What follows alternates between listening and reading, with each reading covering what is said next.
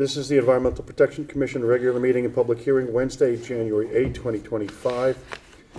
This is an in-person meeting. The first part of the meeting is the regular meeting, which is EPC number 31, 2024, PL 24, 177, 275 Middlesex Road, P. Gallagher and A. Gallagher, to construct an in-ground pool, terraces, drainage, and other related features proximate to wetlands. The property lies along the north side of Middlesex Road, approximately 300 feet west of Holly Lane, and is defined as map number 9, lot number 67. The zone is R1, and it is approximately 1 acre. Rick?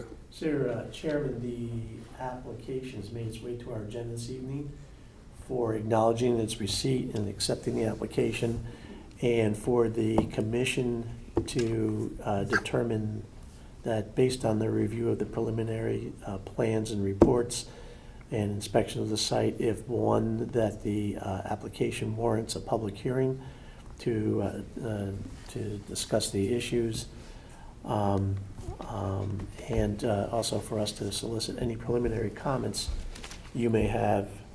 Staff has inspected the site. We'll be generating a list of information needed to move the application forward, and certainly available to answer any questions or help you to establish what's needed to move the application along. Bill, you want to start? Yeah, I've got a few. Rick might have picked these up too if you did an inspection. There's a drainage pipe out in the wetland area. Let's call it in the northwest corner, but back in probably 30 yards. And it looks like it's active, so it might be good to figure out where that's coming from and get that on the plan. Looking at the plan, the existing lawn seem closer than what they show on the plan. So that's another item. Maybe I don't have the scale right, but it seems a little bit, to me, the existing lawn is right up to the wetlands, but here on the plan it doesn't quite show that. So something to look at. The development is very close to the wetlands, and I'd hope there's some alternatives that could be brought into play for that. And one other thing, they'll eventually probably need some kind of a rock demarcation when we decide what they have, because the lawn creep usually occurs. So that's all I picked up. No, we want to avoid the fertilizer issues, yeah? No comments at this time. Nothing to add to Bill's good comments. Yeah, those are good comments. I just have a few additional. Excuse me.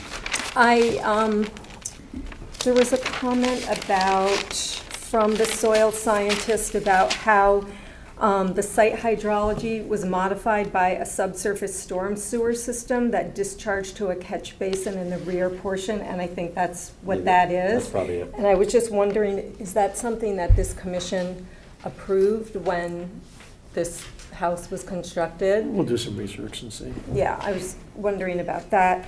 Also, Well, if not, what we can do is refer it to planning and zoning, because they're clearly going to see this. And since you're moving more than 20 cubic yards, they have to approve it. And what we can do is, Rick can talk to the people in planning and zoning to make sure that issue is handled. right, because If we can't, then they can. yeah, because I mean, we, obviously we don't usually let people just like drain the wetlands, No. So that seems to be what might be happening here. Mm-hmm. Also, I was wondering about the pipe in the proposed sub-area 1B, which where that pipe goes from the north side of the property, around the house, down, and then to the detention system under the driveway. I was just wondering why that is. Why that long pipe is there. And let's see what else. The operations and maintenance plan, I have a couple issues with that, as I always do. And Lauren really instilled that in me. And also the same with the planting plan. I mean, there's a lot of plants on here, which is good. But there's also a lot of cultivars, far too many, and I think they should be replaced with straight natives. And I also would like to see mention on the plan that if there were substitutions, they should similarly be straight natives. And there was also mention of possible controlled use of herbicides to control the invasives. And I think we should, in that sensitive area, specify that no synthetic, there should be no glyphosate used back there because it's right up to the wetlands. And I also wanted, because the proposed pool fence goes right up to the wetland markers, I'd like to know a little bit about the design and construction of that. And that's all I have. Okay. Bill? Nothing for me to add. Do we normally put pool fences right on the wetland line? Not really, depends, it depends on the wetland, okay? Obviously, I would prefer not, okay, and I would, Maybe there's an this alternate- one begs for, this There's an one. alternate there too. Yeah, they should look for prudent and reasonable alternatives, Rick, okay? For the fence line. Okay, because things overflow, and then they catch on the fence, et cetera, et cetera. Also depending on, for you guys who are relatively new, we used to have something called bill rate critters. And Yes. which was the opening for the fences and stuff like that. So little critters can get through, do what the little critters do. But I'm concerned about that too. So let's, so the type of fence and the location of the fence. And how constructed, because, obviously we don't want a lot of excavation near the wetlands. And there are alternatives to the excavating sort. So like on pool fences though, if in fact, is that you often cannot do the same kind of, there's code requirements for having it down to essentially to the ground, so it's a safety fence, so, it's something that has to be balanced, but. No, you're we'll right. make sure. I understand that the fence must be to the ground. What's the aperture of the hole of the fence? Okay, because it doesn't need to be like chicken wire. Okay, and so you have, we've had deer fences come in where there's like a 3x4 hole that clearly stops any child from going through the fence. Doesn't stop anybody from climbing over the fence. Okay, but there are different holes in the fence that need to be considered. Okay, because I understand it has to go to the ground. Okay, I'm not debating that. What I'm debating is that the lowest piece of metal can go to the ground, but where's the next piece? Where's the next parallel piece coming up? Is it an inch away? Is it 2 inches away, 3 inches away? Okay, that's all. If the guy can bring up a sample of the fence, I'm happy to. That way we can make sure, because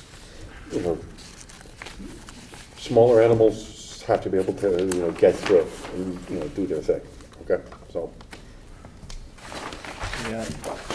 Okay. Anybody else on 275? No? Okay. Moving on. EPC 32, 2024, PL 24, 178 4 Fairmead Road, T. Henry and A. Henry to construct residential additions proximate to wetlands. Property lies along the east side of Fairmead Road, approximately 350 feet south of Oakings Highway North, and is identified as map number 35, lot number 24A. The zone is R1/2, and it is approximately 1.0522 acres. Mr. Chairman, like the last application, this has made its way to the agenda for acknowledgement of its receipt and acceptance of the application, and to establish if a public hearing is required, and if you had any preliminary comments concerning this proposed residential addition. Mostly, it's all within the upland review area. A lot of it is on pavement. It may, as I delve into it more deeply, qualify for an agent approval, but we'll make a determination about that as we move forward in the review. But it's essentially a de minimis increase imperviousness in parts of in addition to the home as well. But certainly welcome any comments you may have that we can incorporate into our review. Trevor? I don't have any at the time. Carolyn? Just a couple. So the porch will be built on piers, and I was just wondering, how the digging for that would be done, whether it would be by machine or hand. And, it usually we see on site plans like the silt fence and all of that. I didn't notice that on the site Right. plan. That's it. Yeah, you're right, it's like very de minimis, the increase. Right, yeah, right. If it's done by hand, would a silt fence even be required? It was one of my questions.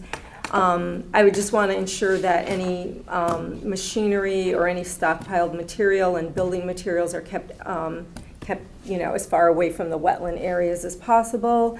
And then, would there be any plantings? Because there is that water course to the, I believe it's the south of the residence. Maybe we usually do require, something to increase the conservation value of the property, and I didn't see any mention of plantings. And that's it. Go ahead. I did rather cursory drive-by and did look at the plans on our town iPad at home, and I basically hear Rick's comment that it's a modest project. So if I have questions, I'll bring them up at the next meeting. No comments. Just minor too. It is a modest project, and quality wetland back behind it though. It's nice. It's interesting to look at that one and then look at the neighbors who put a yard all the way out into the wetlands. We're not looking at them right now, but you can see Yep. what contrast between two different uses there. So I don't have any comments. Okay. The next item of business is CPC 33-2024, PL 24-179, 8 Wildcat Road, C. Colker, to restore a construction access way, to restore a construction access way and maintain a pool maintain a pool patio, walls, walkways, and other related features proximate to a pond and wetlands. The access to the property lies along the south side of Wildcat Road, approximately 750 feet east of Delafield Island Road, and is identified as map number 70, lot number 27, zone is R1, and is 1.4 acres. So Chairman, this application, again, makes its way to the agenda this evening to acknowledge the receipt, start the statutory time clock, and for acceptance, and as a determination as to the necessity of a public hearing to consider the circumstances of the application, and also as the means to solicit any initial comments you may have about the application itself. All right, I understand this is a beg for forgiveness and not ask for permission, correct? Yes. So, and I also understand that there are other building violations currently noticed on the, Well, there are encroachments into the regulated areas with this construction access way, and then there is with a patio portions of a patio, portions of a wall, portions of a sidewalk at the rear of the property that fall again within 50 feet of the wetlands and water courses. That was part of a much bigger project. There was certain improvements to the dwelling that did not require EPC permits, generally confined to the existing footprint or to the front of the dwelling. But there was some pool and patio improvements and renovations that were installed. So that is what they are seeking. Were they approved? No, they were not endorsed by this office. okay. And so. Were they endorsed by planning and zoning? No. So they were not, and that's why they're before the EPC to seek to secure an endorsement for it. And you'll see in the application, they're looking at things to offset the mitigation, come up with a drainage plan, et cetera, et cetera, et cetera. As we delve into it further, we'll get the details and we'll ask for additional information. But as my understanding also, there are certain zoning issues associated with the walls, the construction, the patio, and it wasn't not a new pool, it was a renovation of spaces around the pool, a fire pit, and a gazebo as well. So those may be a part of a the holistic plan to address all the outstanding land use issues. They will have to be moved, relocated, reduced under a zoning process.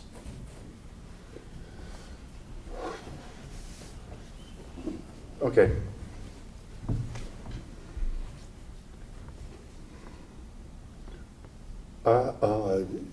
Is there an engineer for this project? Yes, Okay, is the engineer the person who built it, or is he after the fact? after the fact engineer. Okay, who was the person before? There must have been an engineer to do this. No, there was before. no engineer because there was no So exterior grading. did Mr. Colker do it by himself? Oh, I don't know. There's obviously a contractor who did the work. Okay. If it's possible, I'd like to get that person in here, Okay. okay? And, because I'd like to understand what plans he followed, et cetera. Did he pull a permit? Did he pull a permit to do the work, et cetera, et cetera? Okay. Okay, because, let's just follow there's a process to be followed when people do these sorts of things, so let's see if it was followed, okay? Was there an architect? For the overall, for the building, yes. Okay. Was there an architect that dealt with the encroachments to the wetland? I don't know. Can we find out? Yep. Okay?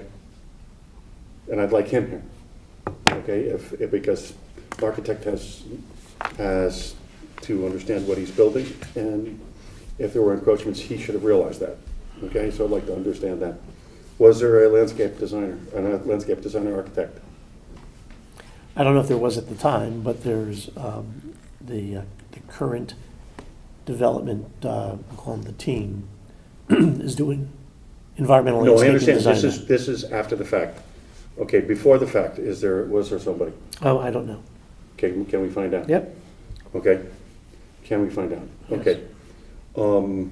I would like, because since we don't know if there was an engineer, et cetera, okay, how do I know this is, how do I know that this is meeting building code?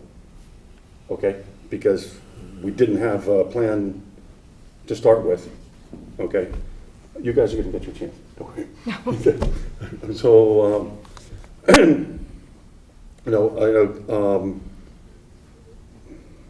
I'd like to go through do we have the original plans? Yep. From planning and zoning?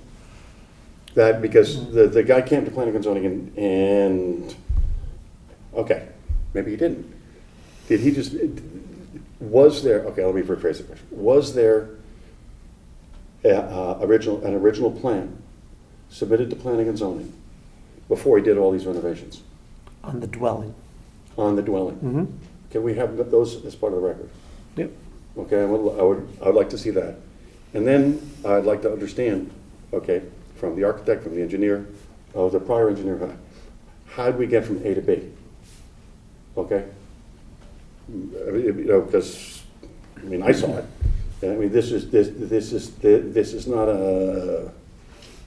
was not a cheap addition to the pool area. Okay, so it very clearly had to be approved. Okay, it very clearly had to be approved. Okay, maybe the applicant himself has to come in. Okay, to understand that I understand that maybe people don't realize that wetlands has their own series of regulations in the state of Connecticut, but they do. Okay, and so I want to understand the whole process of how we got to where we are today. Okay, now where we are today is the applicant has hired an engineer. Is that correct? Yes. Okay. Do we have a reviewing engineer? Do we have a review? I would like to have an engineer representing the town, that's at the applicant's expense, okay? Review what we have, okay? And to let me know what I don't have, okay? To sit there and say, no, this was built without plans, okay? Well, if we don't have plans, we don't have plans. He can't review something we don't have, but he can let me know that he can't review it because there are no plans, okay? So I want a town architect. Landscaping, okay? Does he have a landscape architect? Or is it, does he have a landscape person, a landscape architect license in the state of Connecticut? Yes or no? Oh, that was a question. No, does he have one?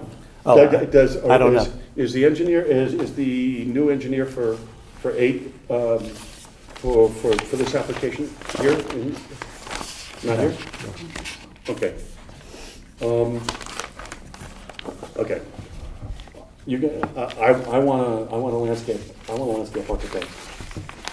Okay? Yes, they have- Just someone to officially review this, make sure that, I won't presuppose the judgment of the commission as to whether everything gets taken down, which is one alternative, or we let it stay and have some compensating factors here. But, I mean, those are the two extremes, okay? And there may be a middle ground here. I can report they have Bill Kenny is the landscape and environmental person. Oh, Bill, okay. Okay.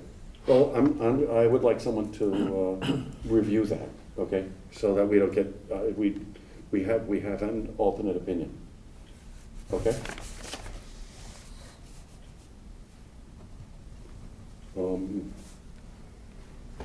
Let me go, Bill? In regards to a public hearing, was there any uneasy infractions, or did any of them come from the public neighbors at all? Neighbors call any of this stuff in? No, building official. It was all building official? Okay. Yep. Hey, Michael. Okay, then that's not a critical thing to me. One thing that does stand out in those areas is the septic system, so can we definitely get some material that shows they're in good standing, it's been pumped out recently, everything is status quo, because that's a very environmentally sensitive area there. That's all I have. I'm gonna go back to Bill's comment. I think I would propose this for a public hearing. Even though neighbors may not have commented on it, I think we should go through the formality of the noticing and also the public hearing to, I think, increase the transparency on the situation. That's a good point. Yeah, that's a good point. Anything else? No? Jim? My comment is short for this meeting, but given Rick's introduction and what at least on the surface sounds like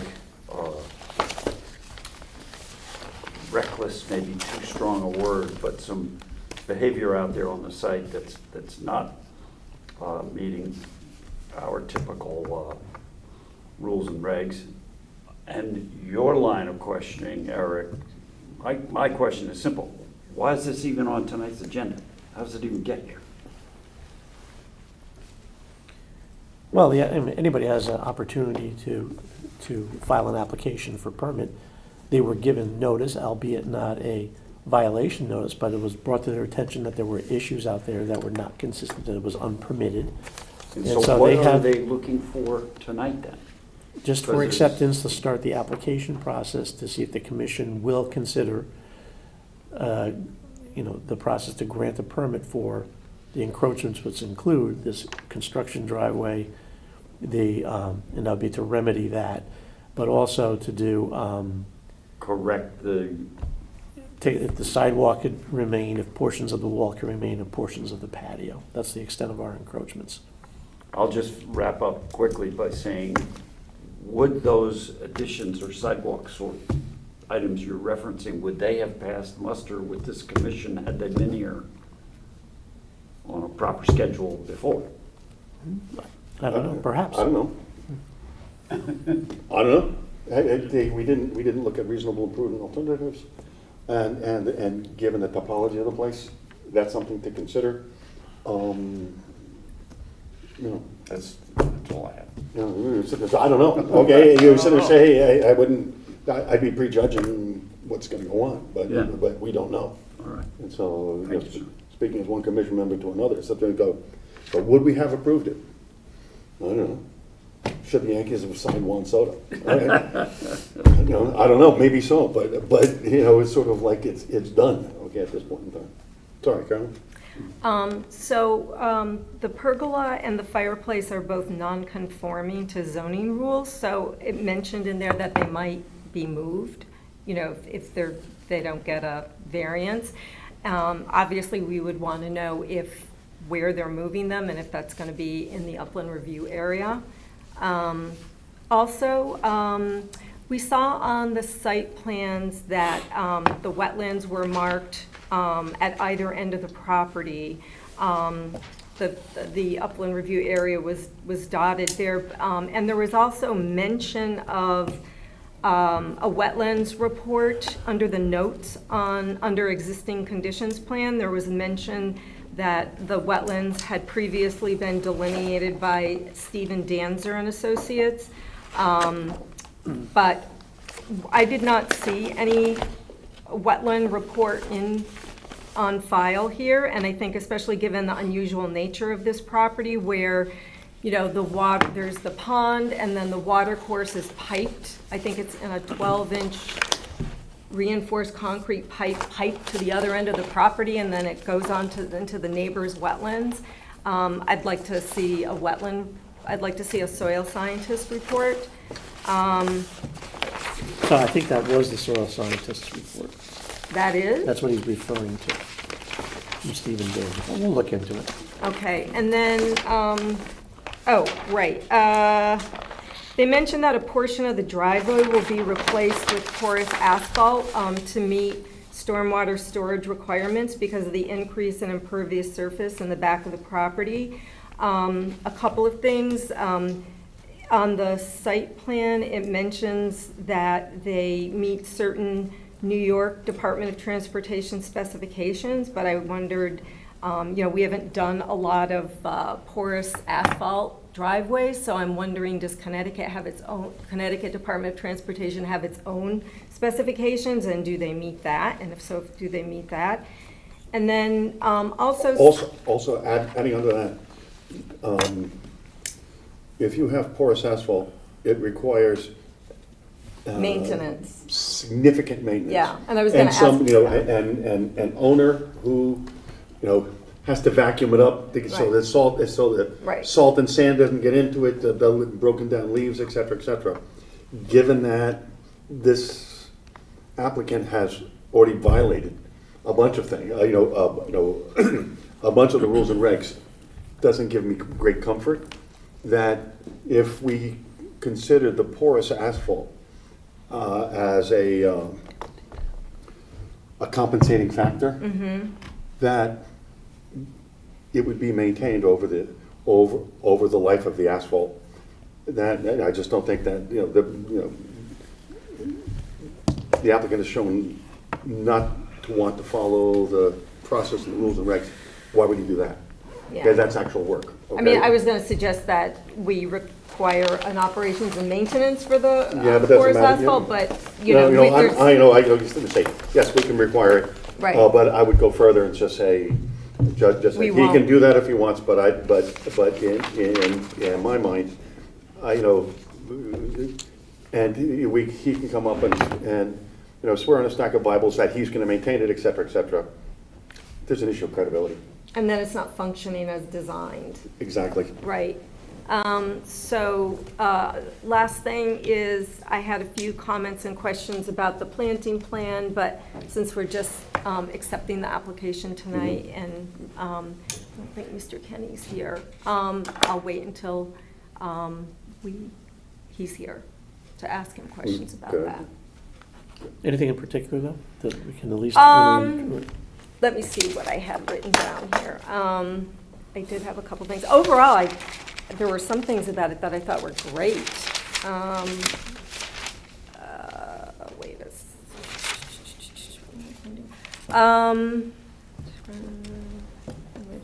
Oh, yeah, I had a question about how he had some kind of formula for determining whether or not invasives had to be removed.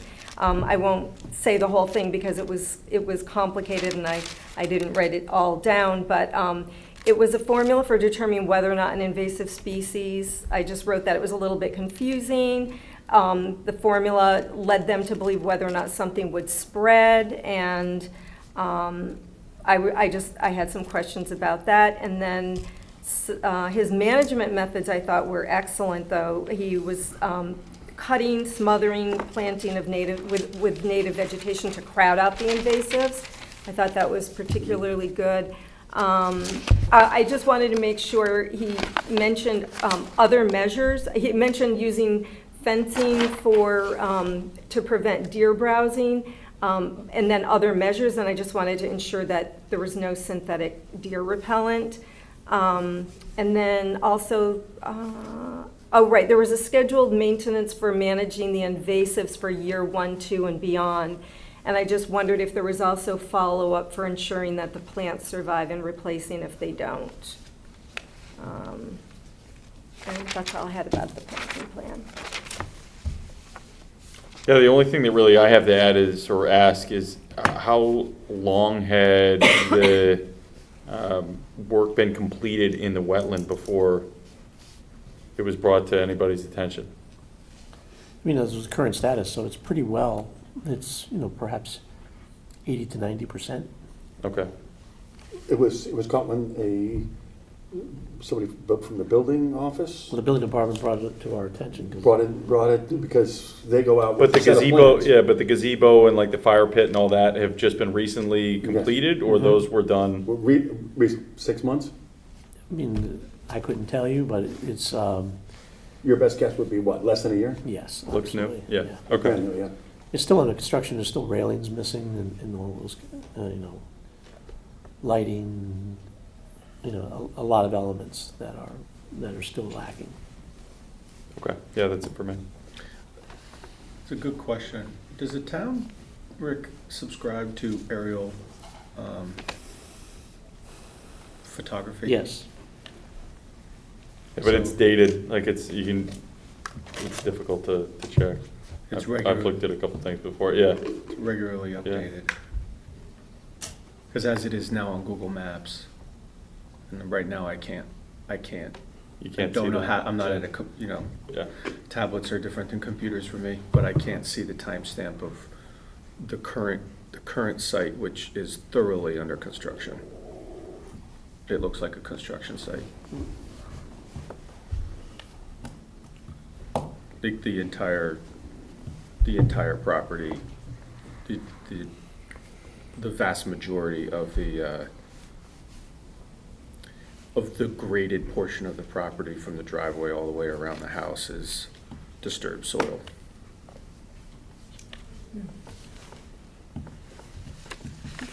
The date one way down in the bottom there.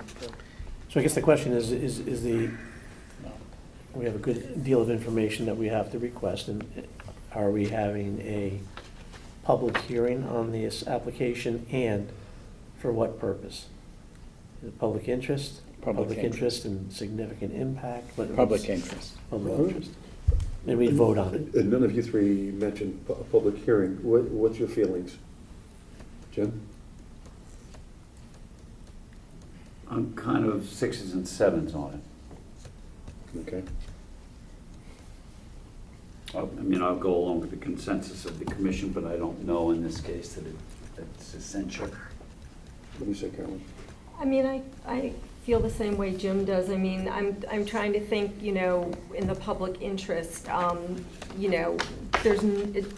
maybe there is. It doesn't seem like there's anything that's been done that's different, I think the water, the pipe from the pond to the neighbors, but that's not new. That was probably done when the house was built, right? The water course was encapsulated probably. I don't believe that's recent, because if you look inside of it, it's pretty old. Right. And certainly not constructed So to that's not current related standards. to this property, so I don't really see how, I mean, I can maybe be convinced otherwise, but I don't really see how it's in the public interest, and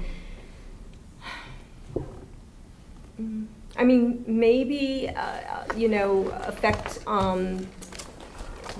impact on the wetlands only to the extent that if we don't allow the permeable porous asphalt, what else are they gonna do to compensate for that tremendous increase in impervious surface? Well, we'll have to ask their engineer.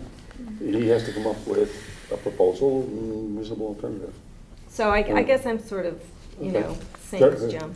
Yeah, and I don't know that I would think that it's a huge public interest. I think really the issue here is finding a solution of what needs to be done. Does it need to be taken out and move some of the aspects of the improvements?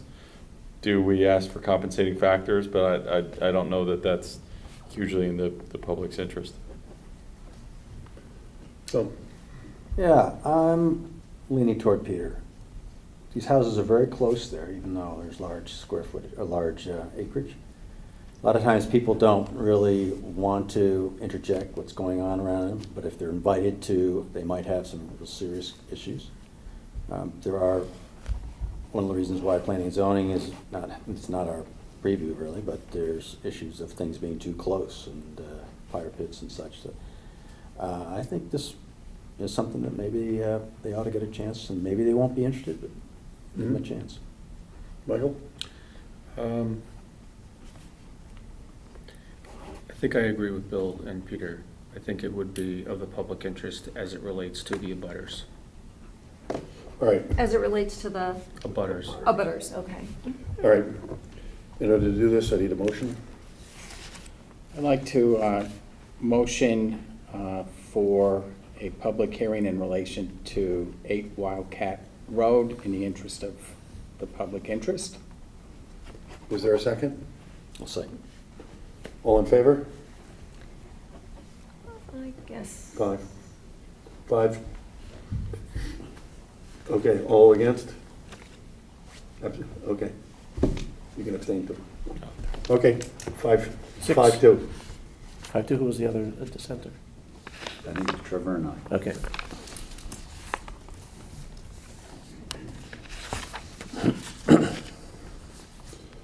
Okay, moving on to old business, EPC 2024, PL 24-108, 104 Old Kings Highway North, 1 Old Kings Highway North, number 4 LLC, and 108 Old Kings Highway North, 108 LLC, to demolish existing residential structures and to construct 2 new 3-story apartment buildings, parking, walkways, drainage, and other related features in and approximate to a watercourse. The properties lie along the west coast of Old Kings Highway North, approximately 1,625 feet north of Brookside Road, and are identified as the following in the records held by the Darien Tax Assessor. 104 Old Kings Highway North, map 35, lot number 17. The zone is DB, and it is approximately 0.2101 acres. And lot number 108, Old Kings Highway North, map number 35, lot number 18. The zone is DB, and it's approximately 0.22 acres. Okay. We had circulated a resolution.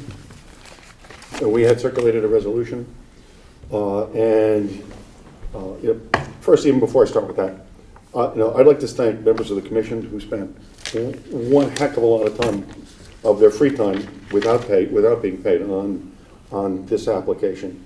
Okay, this application was problematic from the start. It was very clear. It became clear as we got into the details. Rick circulated a draft letter, and you guys spent a lot of good time and effort reviewing it, and we really appreciate that. Rick, and correct me where I go wrong here. We had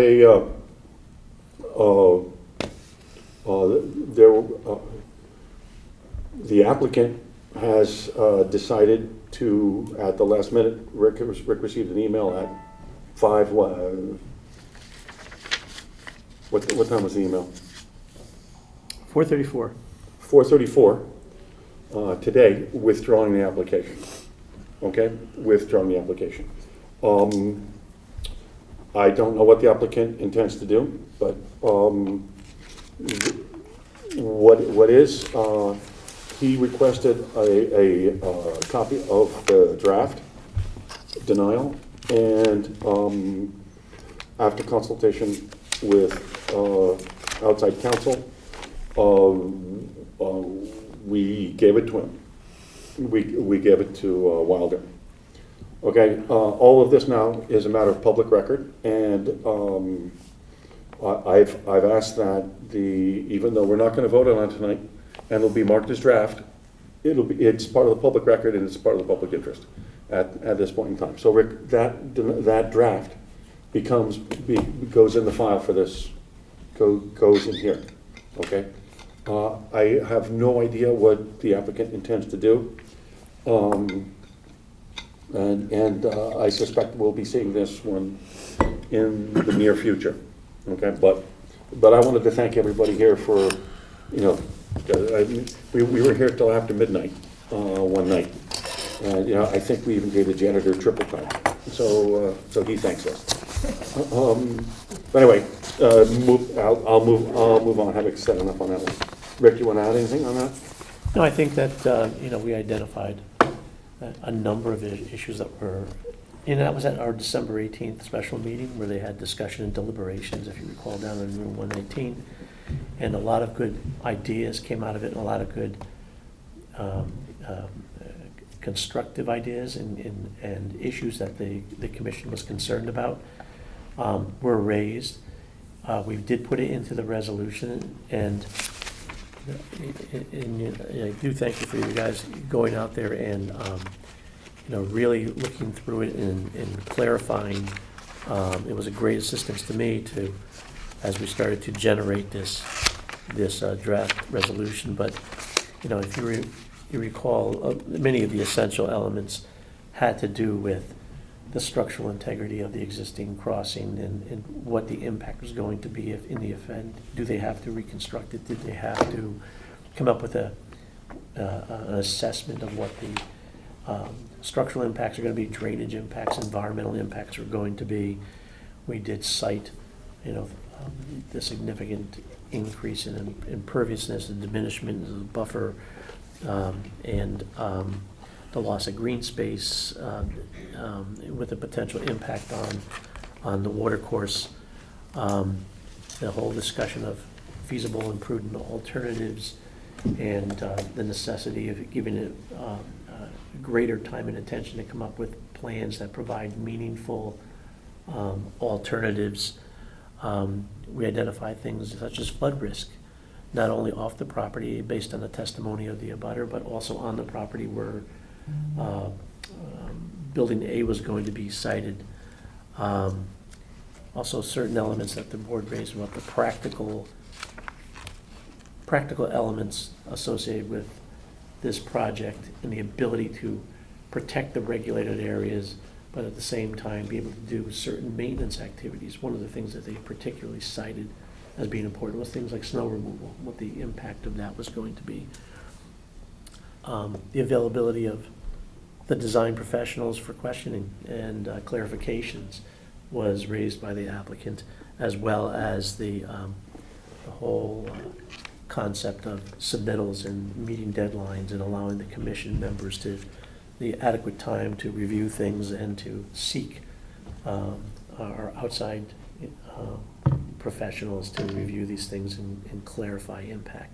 So it was a substantial amount of work that was put into this, and as the chair has cited, they've decided to withdraw the application this afternoon. I'm sure we'll see it soon, and they have been or will be provided a copy of the draft, and we'll see what comes back. That's going to be responsive to the concerns of the commission members and all the efforts they put into this. It was a long road from August until tonight, so. And it will be part, please confirm that it becomes part of it, if we gave it to someone outside the commission and the applicant, it does not, it becomes part of the public record on this file. Correct? Because if one person can do an FOI, so can somebody else, Yeah. right? And so, you know, Okay. okay? Just a quick question, understanding the application has been withdrawn, and the applicant were to resubmit a new application, is that formally a fresh start? So. A new application would be a fresh start. It's a complete redo. It's procedurally Yes. as if Yep. a new They don't have to application. change anything?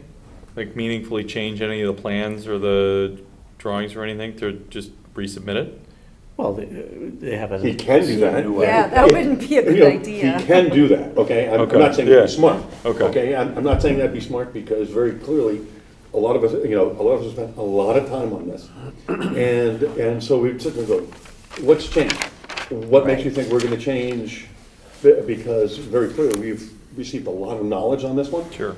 And so all of a sudden you say, well, I just can't, you know, go and take away that knowledge of what was discussed, what is a matter of public record.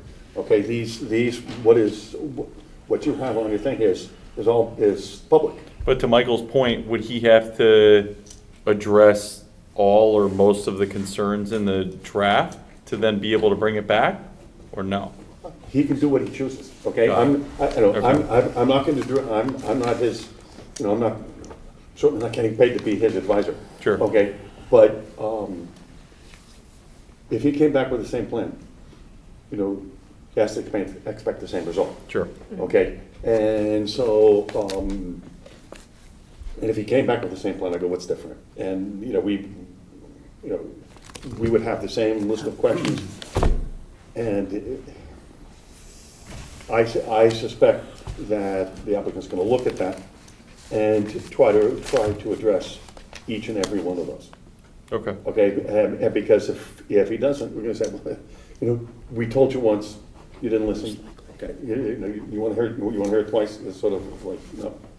So- Okay. So yes, it would be a new application. Everything that was submitted in this is public information and can be, and either the commission members or the applicant can bring it and put it into the new file Reuse it. and reuse it because it is public information. Okay. Okay, so, right, Rick? So, Yep, you know, so, does that answer your question? Yeah, well, It'd be a new The application. part B to that is, would the town, as the way that this applicant conducted themselves, would the town, I guess it's a conversation when an application is potentially resubmitted, would the town use additional consultants or It's peer a new review application. experts? Yeah. It's a new application, and I guess knowing now what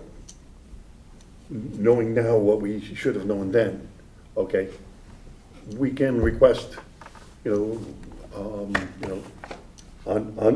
the rule of Cornaccia versus the town of Darien, we can request engineering reviews, landscape reviews, et cetera, wetland science reviews, that we would normally do in any new application if we thought it was necessary. Okay. So, anybody else on this one? I just, for the record, Mr. Commissioner Irvin asked the exact question I was about to pose. So thank I you, feel sir. very smart now. Okay, moving on, EPC 2024, PL 24-133, 84 Camp Avenue A, Curlough to remove a trench drain, pipes, stockpiled stone and debris, regrade soils, and install mitigation, landscaping, and other related features in and approximate to wetlands and watercourses. Property lies along the north side of Camp Avenue, the access of which lies approximately 1,400 feet east of Hoyt Street Avenue and is identified as map number 108, lot number 234. The zone is R1/3 and it is approximately 0.339 acres. Rick? Mr. Chairman, if you recall that in October and December of this past year, the commission accepted the application and solicited testimony concerning the the restoration proposal that was being proposed for this site. Again, this was also essentially an after-the-fact permit, and it was through the permit process that we gained, or we had the ability to go and request that certain encroachments, including the placement of a pipe, placement of a fill, the removal of some vegetation, the removal of a very coarse demarcation feature on this property, to be remedied. There had been experiences of some drainage impact, et cetera. The commission solicited testimony. They had professionals that spoke on behalf of the application. They have chosen to remove the pipes, remove the trench drains, remove the fill. They had a environmental consultant come in and attest to the fact that a reliable restoration would be applied to the site, including restoring the hydrology, environmental planting with native plants, to remove debris, et cetera, as the means, again, to restore the wetland. The biggest part of this is to clearly define the limits of the upland lawn and landscape. It's a pretty challenging site, if you recall, and that was a result of prior approvals that they had gained on a site that was restricted by wetlands and other features, and so they've come up with a plan to do a restoration to essentially the original limits, but improve it as well. We've gone with a demarcation feature that has certainly more integrity, an actual split rail fence along, so there's a clear definition. It's to restore drainage.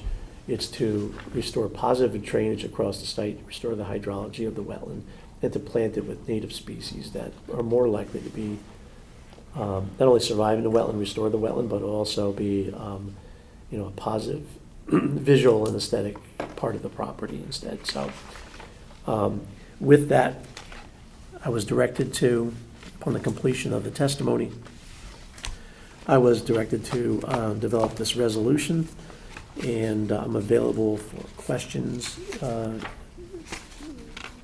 discuss issues, concerns, et cetera. So, Does any commission member have questions or comments on the draft? No? I sent comments to Rick, and I found another one just sitting here tonight, which I'll pass over to you. yeah, there's some de minimis, Okay, very that don't affect the. Okay, Jim, can I have a motion to? Yes, Mr. Chairman, I'm happy to put a motion, suggest a motion to approve the resolution for EPC number 24-2024 with respect to 84 Camp Avenue. Second motion for 24-2024, permit to conduct regulated activities. All in favor? Aye. Thank you. Moving on, EPC 28-2024, PL 24-158, 5 Beach Hill Road, M. Kretzman, to maintain, I guess, dredge a pond, to dredge a pond. The property lies along the north side of Beach Hill Road, approximately 540 feet west of Mansfield Avenue, and is identified as map number 6, lot number 139A. The zone is R2, and is approximately 2.414 acres. Rick?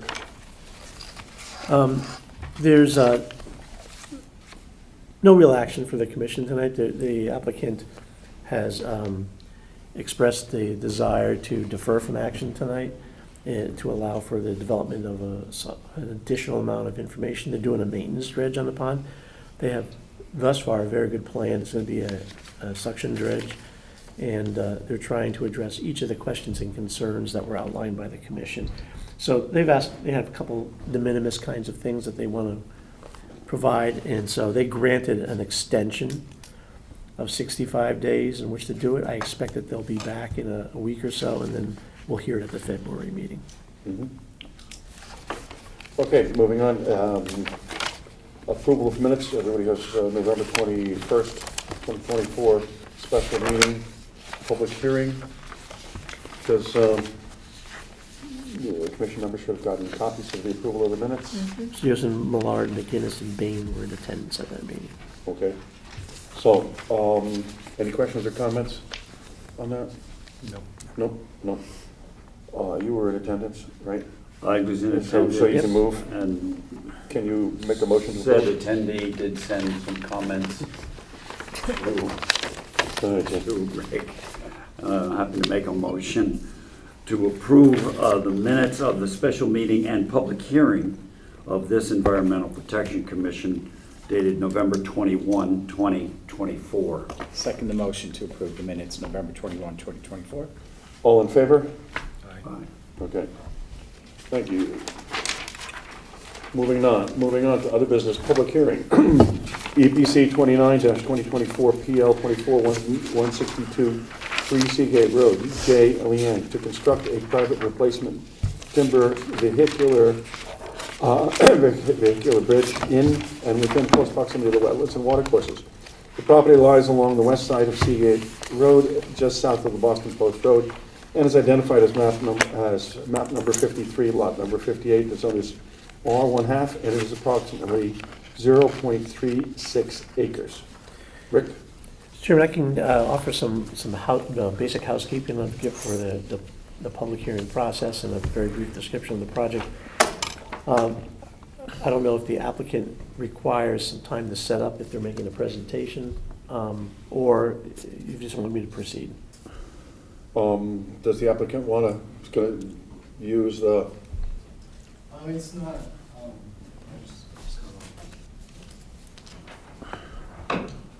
so, I mean, I don't think there's really gonna be any action done today, but we just wanted to. I'm sorry, sir, just for the record and for the Yeah, recorder. I'm Adam Arias, with Ottoman Kirby, on behalf of, Mr. Lane here, who's the homeowner.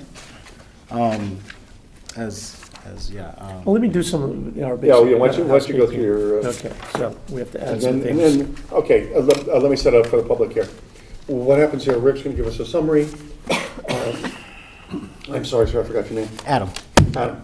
Okay, Adam's going to give us his view of the project, what's happening, etc. The commission members will be able to comment, ask questions, to clarify things.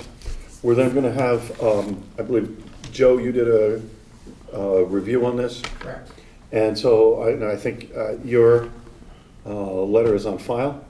Yep. Okay, and then when the commission members will ask questions to Mr. Canis, when that's finished, I will open up to the public, and the public can come up to the public speaking platform here. You'll identify yourself and your address, and we'd love to hear from you. Okay, Rick. So, Mr. Chairman, this application is for to construct a private replacement timber bridge in and within close proximity to wetlands and watercourses on this property located at 3 Seagate Road.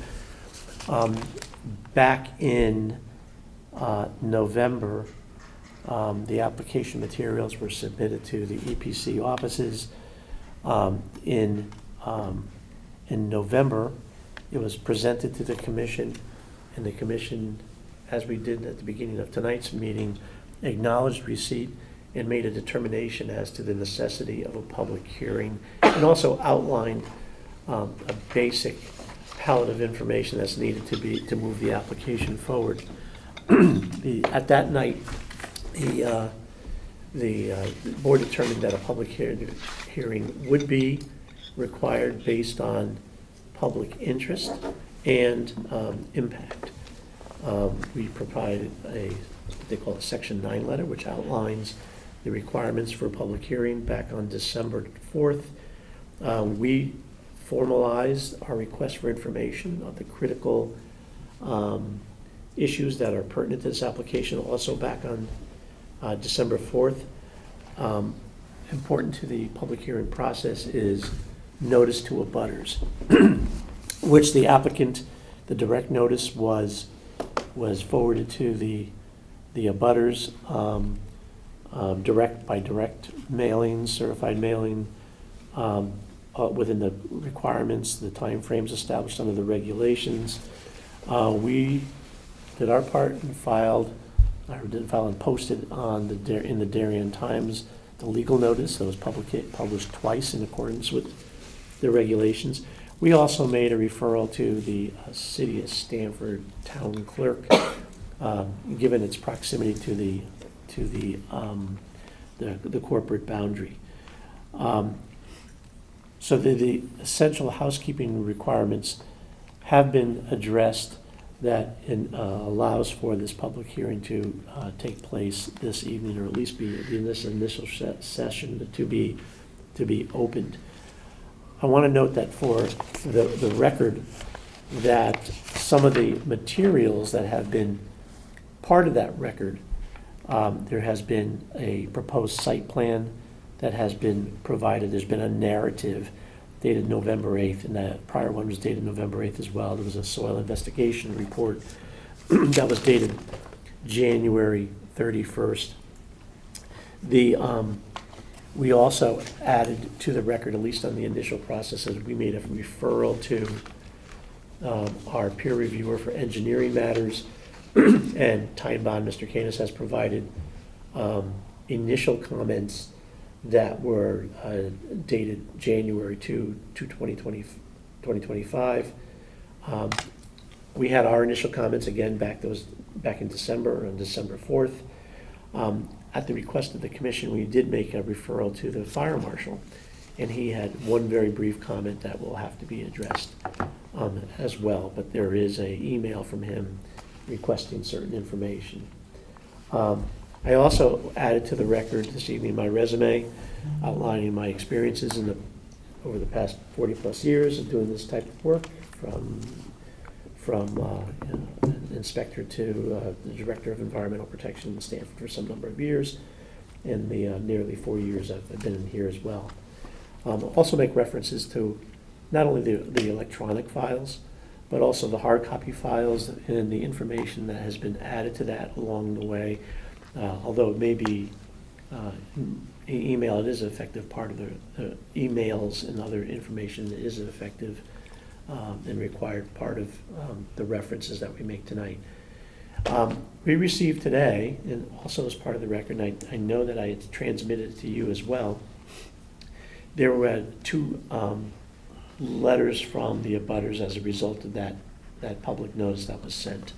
And one was an email from Ellen Voles, and outlined some questions, issues, and concerns that they have about the project. And the second was from Mr.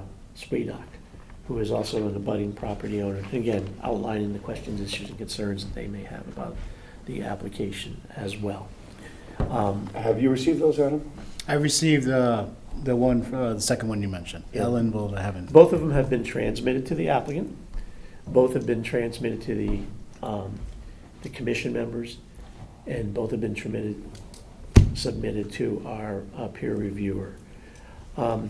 So I just want to offer a few comments about the summary of the application. I will note for the record that those extensive lists of information, we have yet to receive written responses, both to Mr. Canis's request for data as well as our own request for data. But in general, the property, if you've been to the site, lies along the west side of Seagate Road, just south of Boston Post Road. It is residentially developed with a single-family dwelling, decks, terraces, walkways, a bridged crossing of a narrow watercourse that generally runs from the north to south, from Boston Post Road, paralleling Seagate Road, ultimately going under the road and emptying into Holly Pond. The property generally slopes west to east, from the developed uplands to the watercourse itself. Property is characterized, as I said, by the sanitary sewers on the property, and there's public water. Site is characterized by the presence of gently to moderate sloping developed lands. This watercourse, there's a narrow wetland fringe within the confines of the watercourse and a few large trees around the site itself. As I said, we did have a soils report for the site, and it identified both the upland pieces and the wetlands itself. The property is not within FEMA's designated flood hazard area.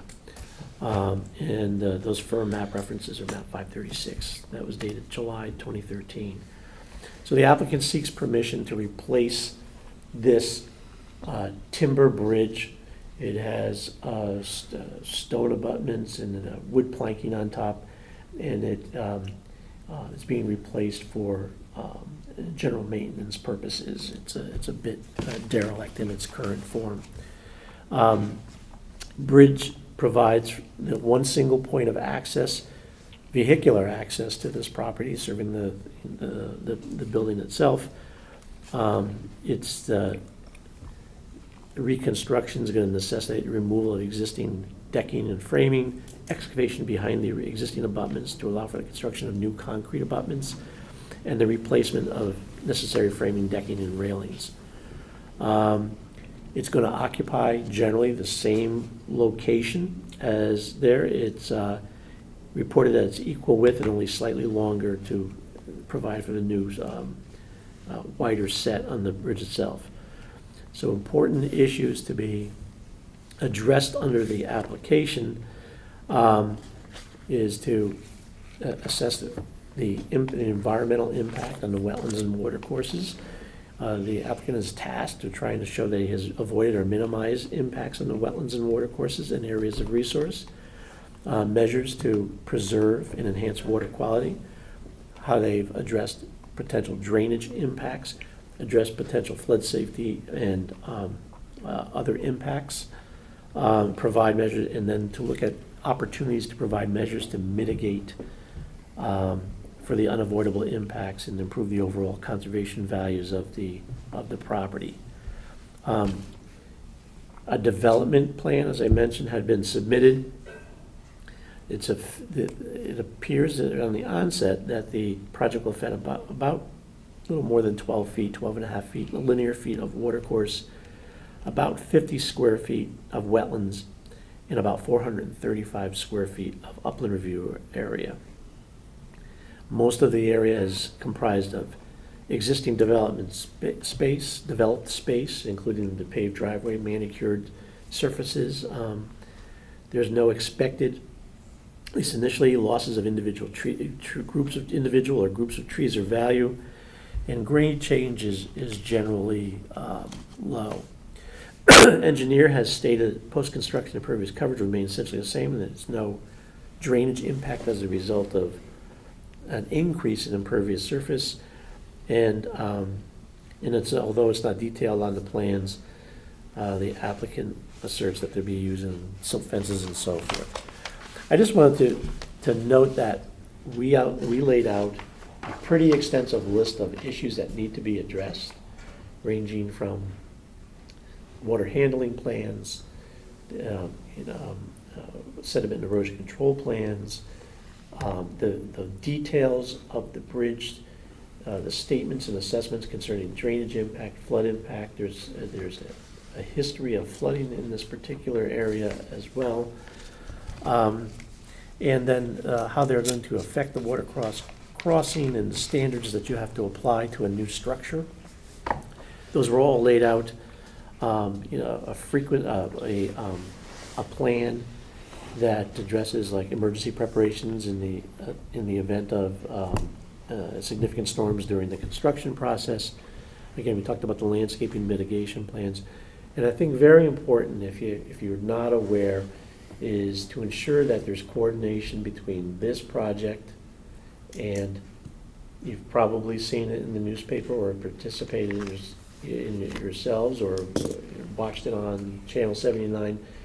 The town is proposing a project that may or may not move forward, but they have in the works a project that's salt box lane drainage improvements that's going to affect not only the areas above the Boston Post Road, but areas south in the vicinity of Seagate Road that involves new drainage structures, new collection structures as the means to alleviate flooding and improve water quality.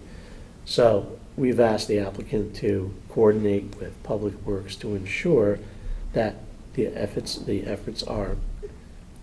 have a common goal, that there's a coordination between the development, essentially not wanting to have one project interfere and be impactful upon the other. So the applicant is, and I'll make reference to those plans again and those referral comments that we've secured. We'll turn it over to the applicant. I'm available to answer questions to the extent that, that I've been exposed to the plans itself and the reports. But they'll make their presentation this evening, and again, Mr. Canis is here to talk about his initial comments, and I think there may be some members of the public that have, interesting concerns as well. Aaron, it's all yours. No, thanks, Rick. Yeah, as Rick was mentioning, today we're not coming to you with any revisions or any formal responses yet. As you may know, we just got the comments from last week as well. We were waiting to get Joe's comments as well, just to have a complete set of comments. And I guess there's a couple more from the public also who have their comments there. And we know it's a very sensitive area. We're working on those formal proposals, formal responses, and those revisions will be coming in at a later point. Like I said, like Rick mentioned, we know it's in a sensitive area, and that was the main reason as to the main issue, I guess, is that what was really happening as well is the flooding, and Mr. Ling is also trying to, reduce any flooding on his property as well. And so we have that. That's the main goal of the whole project, was to raise pretty much the bridge. Obviously, it was deteriorating as well, but also to alleviate the flooding that was occurring currently in that on the lot. So, in regards to, I guess specifically addressing, like, if we're going to be increasing the flooding, we're definitely trying to alleviate that. It's going to be less. The height actually of the boards is going to be a little bit higher. Obviously, it makes us, increase the amount of area disturbance on the paved area, but not necessarily on the wetlands and the river itself. So we have that in mind as well, just for the public as well, to understand that we're also mindful of that, and the owner, it's also in his interest as well, as part of that whole community as well, that he's trying to alleviate the flooding as well and not cause any disturbance or increase anything in terms of sediment to the neighbors or even to his property, or cause any basically bigger issues. We have some alternatives. Obviously, we need to create formal responses as to what we looked into. I know Rick was mentioning maybe talking about box culverts to basically address more of the scheduling and the timing of it. But in terms of cost and in terms of disturbance, we honestly think that it's going to be much higher costs than basically replacing this with a timber bridge, which is currently already there, and then also the disturbance into the actual riverbed and the amount of area you need to do and prepare it, and all the preparation of it is going to be causing more impact to the river itself. So we can obviously write that formally as a response, and we'll be doing that in the future as well, and we'll be coordinating with Rick as well.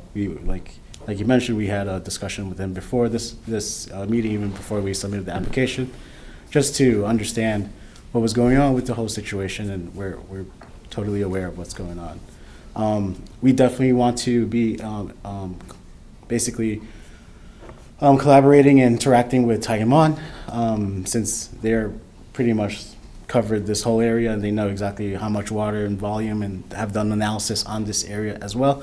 So we want to make sure that those calculations are also included as part of our analysis, but also we want to work with them as well. And since you're here, that's perfect, and we'll be reaching out to you individually, specifically if that's all right with you.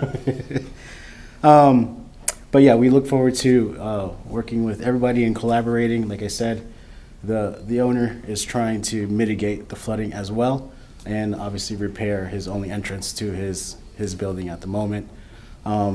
And we do need to come up with, obviously, as what was mentioned in the comments, we have to come up with the scheduling of the construction, how we're going to mitigate basically flood events while during construction, and show all of that for more proposal and how we're gonna gain access while the bridge is in repair and stuff like that. Which obviously gonna be coordination between you guys, but also coordination with the owner and seeing what exactly is best for him as well. Like I said, we're not trying to cause any negative impacts. Like I said, we use the best solution as we can think possible, and we're actually trying not to even disturb the existing abutments there. We're actually building behind them and putting the same, but at a higher elevation for the timber as well, so to allow more water to actually get through and not create that flooding and create that stoppage, I guess, that is also occurring on Mr. Lang's property as well.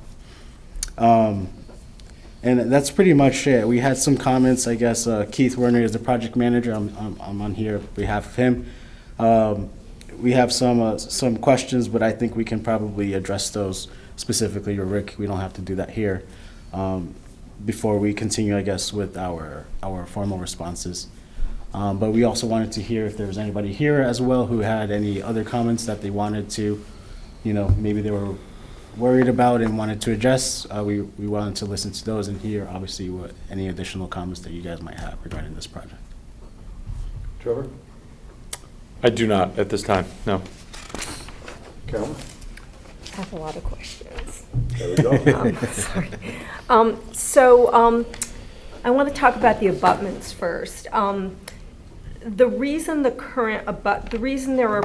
you're putting in new abutments is not because the existing ones aren't structurally sound, but because you're raising the level of the bridge? It's actually both scenarios. We can't use because it's masonry rubble. Okay. They're not like concrete or anything. They're deteriorated. That's the main reason as to why They're not concrete, the no, abutments? I think the bottom portion of it, it's masonry rubble, so it's a combination okay. of cement and rock. Okay. So it's an older type of foundation. What we want to do is leave it as is because we don't affect any of the width of the channel, but also, make something that's stable. And we had the option to remove it because we don't really need it, but we're deciding to leave it as there, and that's to not affect the width of the channel. Okay, and by how much is the bridge, how many inches is the bridge being raised? We can't by? go too far because it starts basically. It'll go like that. Well, I mean, you would yeah. have something like that, or you would have to extend it further into your driveways, which is not really an option. Okay. Is you're going to create more disturbance because it's fairly flat already, Mm-hmm. the grade for the pavement area itself. So we actually had a limit to as far as we could go up there before it starts to basically curve up, as you were mentioning. So how far is that? It's only like maybe 1, 2, 3 inches max Okay. of something of the overhead that we were able to gain from that. And the flooding, how often, it's probably anecdotal information, but like how often does the bridge flood? Is it every time it rains? Is it, with certain types of storms? How frequent of an occurrence is that? It's definitely more on the higher storms for sure, but it's been more recurring with these higher amount of, the storms that are getting with higher amount of rainfall that are coming. So, and you might have a. Yeah. if I could Excuse me, answer. please come up here, identify yourself, Yeah, of course. and I'm, speak into the microphone, because we are on channel 79. Of course. Hi, I'm John Liang, the owner of 3 Seagate Road. Thank you. Yeah, so the amount of times it floods probably a couple times per year, but it really depends on the volume in the amount of time, right? So I think every time there's about an inch an hour or so, it basically is guaranteed to go up against the current bridge structure. So it happens several times or a couple times a year? Yes. Okay. Yes. Okay, and then on the town's wetland map, it looks like the water course originates somewhere on Saltbox Lane, and then it goes under the Post Road and then through your street. Is the water course intermittent or is it perennial? I'm pretty sure it's perennial. Perennial, okay. Because it's occurring throughout the whole year. I don't think there's a time when it's really dry. Okay. Yeah. And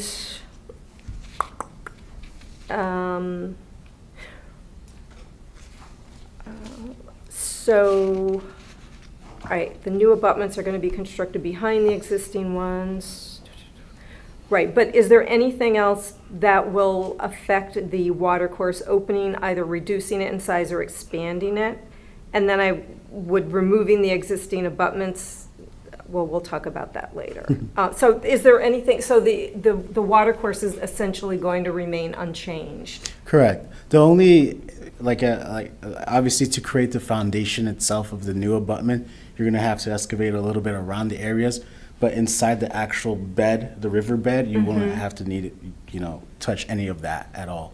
So there's definitely gonna have to be some sort of mitigation in that area right behind it to put the foundation itself of the abutment, but other than that, everything else will be unchanged. Right, and then I think there was a comment on the site plans that at the time that the footings are being poured, it'll be determined whether or not the foundation is solid enough, because they're going I think 18 inches into the... Correct. They would have to either cut through whatever existing foundation is there for the current abutment that's there to create the new foundation for the new abutment. And obviously if there isn't anything else, and it's a pretty, I guess, straightforward all the way down, well, we won't have to do any cutting, and we're basically just cutting into existing ground. Okay, and then it says in the project narrative that the drainage characteristics of the site will not be altered, but then there's also mention of a need for minor regrading the drive and the shoulder areas. Can you just talk about that a little bit? Is it going to be graded toward the watercourse, or is it going the other way? Correct. So whatever characteristics you're seeing now, where it's graded towards basically the bridge, and it falls down into the river itself, we're maintaining that. The slope of the actual grade is going to be a little bit higher, Yeah.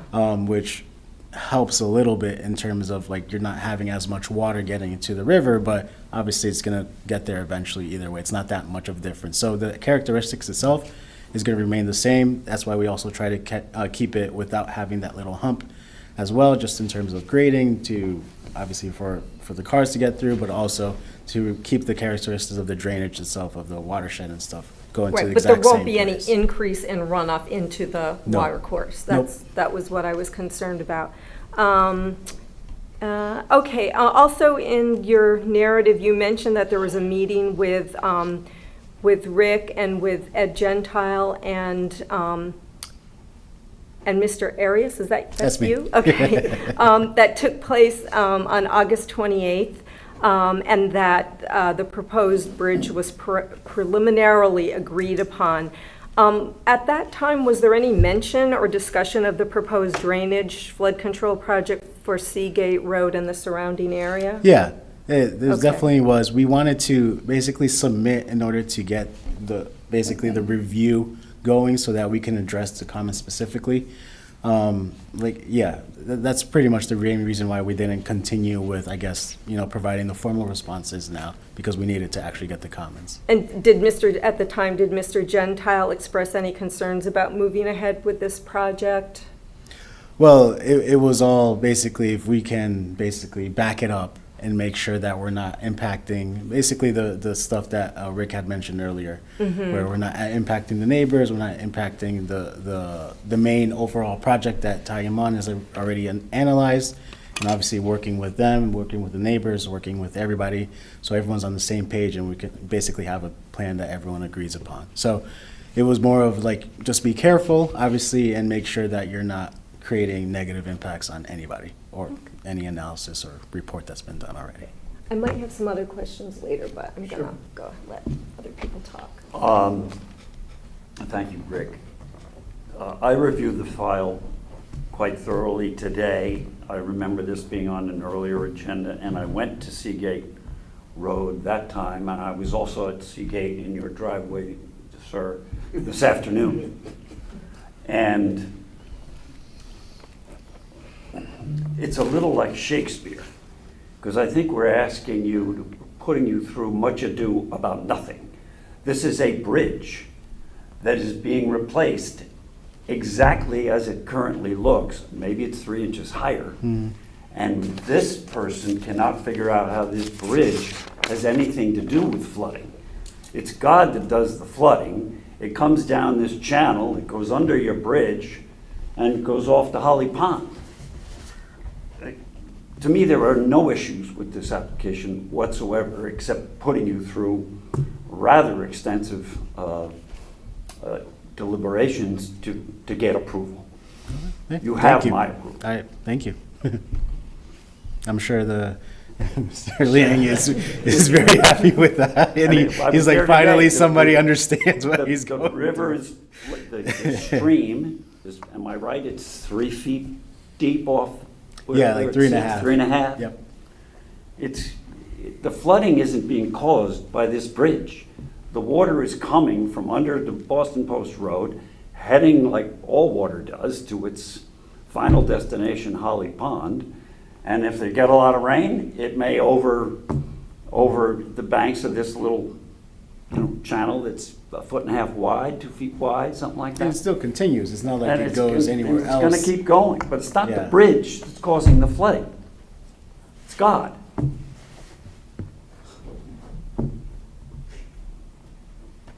I'm done. I just have a comment. Mr. Arias, I appreciate your comments because what I think I heard you say was we're here to cooperate, hear the neighbors, and also fashion a solution so Mr. Lang can get back safely across this water, Yes. this water course into his home, and in a way that has some sensitivity so that the bridge would have maybe a lessened blockage of the flow. Obviously, we need to hear from some neighbors, but I appreciate your comments in terms of cooperating so that we can get to a solution on it. Of course, no. And yeah, Rick mentioned it at the very beginning. It was very sensitive, so we wanted to make sure we're collaborating with everybody. Michael? Well, right now I'm looking at a photograph of the applicant's driveway. Is this your driveway, sir? Yes, it is. It is beautiful. That's all them. I would be crying if I had to excavate out my bridge after I had done all of this work. So I believe per the property records, has the applicant been living in this house approximately 5 to 6 years? Okay. He would know better. And has the applicant done all of this landscaping themselves? Yeah. Is that? If you're gonna answer, you gotta go up here. So yes, I've lived there for 5 years or so. Yes. And the landscape, I'm looking at a summer, spring photo of your property, your driveway. Are these all plantings that you, We had somebody come in to do this. well, right, well, you hired a landscaper Yes. and they made a Monet around your driveway? Yes. Okay. When you purchased the house, did you know that the bridge was going to need to be replaced? Was that in your inspection report? It was not, no. Did you have reason to believe that you would need to replace or repair the bridge? No. Okay. No. Does your driveway, when this trench is overcome by water, does your yard or driveway flood? It actually doesn't. I would say maybe like, so you see the image, so from the bridge to the house, I would say about maybe 10 to 15% of that distance does get quite a bit of water. It kind of just spreads out a little bit around that stream area, but doesn't, not towards the house. So it goes up about like 6 inches. And so if you see basically from the topo survey, you'll see like sort of where that line is, and it's a little roughly before it starts to open up. So you have, did you install the Belgian block curbing around your driveway? Only from the bridge to the house, no. That was always been there. So when, that's the area that floods, does the water exceed the height of the approximately 4 inches of Belgian block? No. Maybe right near the bridge, but not Okay. anything closer. Did you install the apron on the cobblestone That one apron I on your did. driveway? Yes. And did you seal the driveway yourself? Yes. Or you hired somebody Yeah, to I seal? was going to seal, yeah. Okay. Do you maintain the, water course on your property from becoming clogged or any sedimentation or erosion? Do you muck, as one might call it, mucking it out? Not that, I mean, we have people that come in, but I think the only time they do is like when there's a ton of overgrowth with the plants, I think. So you may say to your landscaper, hey, it's starting to, there's a lot of sedimentation, I want you to get rid of the sediment? I don't explicitly say it, but they do it, Okay. yeah. Would you be open to regular maintenance of your water course? Yeah, I prevent- think that's already kind of happening, but yes. Okay, I'm well, open it's to nice that. to hear it from the applicant, Yes. because engineers will say anything to get in. Sorry. Okay, those are the only questions I have for you, and I have some questions for you. Of course, thank you very much. I noticed that I mean, correct me if I'm wrong, Rick, but I noticed that the documentation, and I am in general agreement with Mr. Millard, that the application documents are lacking an engineering site plan, some type of, some type of construction plan. And I We're think understanding. that's what their Okay, so you're gonna comments come are back about. to us with some meat on the bone as to what you Exactly, wanna do? yes. Okay, and the last question is I'm gonna ask Ty and Bond this, is there a reason why, is such a beautiful home, maybe the family's gonna be there for some time, and maybe this commission doesn't want to continually have applicants come back and forth with disturbance to a wetland or a water course, because a timber frame bridge decays and breaks, especially because it's New England, and you're gonna put salt on it, and you're just gonna chew that wood up. There's gonna be passage on it, snow plows are gonna go over it. Is there a reason why you wouldn't consider a culvert or some type of concrete structure? Well, it's mostly because of the cost. But is the cost materially greater after disassembling it all and then putting something in place? Well, your cost also, you have to keep in mind, you're also talking about the disturbance of the actual river itself, because you're going to be completely removing what is there, and then you need to bring in a crane or something to obviously put the culvert in there, versus, you're doing this either by hand or... It's not a massive culvert. What I'm saying is I'm a little skeptical that, understanding replacing some boards, that's not what you're doing. But perception, just one's perception is that replacing a timber frame structure could potentially, and that's not the purview of this board, is to evaluate economics, but we're more of longevity and lack of disturbance. I don't know if the cost is materially different. So Yeah, I have think- you evaluated that? Superficially. I've discussed it with the project manager, Keith, and he feels strongly that the culvert is really gonna be much pricier than what we're proposing currently. And like I said, if we need to specifically address that alternative, we can definitely do that and make that more formal proposal. Maybe do a little bit of a cost analysis just to see. So exactly have you evaluated a prefabricated culvert where you would just bring it on a truck and drop it in place and pave over it? For me specifically, in terms of the costs of No, not exactly the cost, that, just no. that style of But yes, we have, construction. yeah, that was one of, even Mr. Liang had mentioned if that was a possibility, and our conclusion at that time, before we even had a discussion with Rick about it, was that it was gonna cost more to do that, and he had also talked with some contractors Please. as well. Would you like to?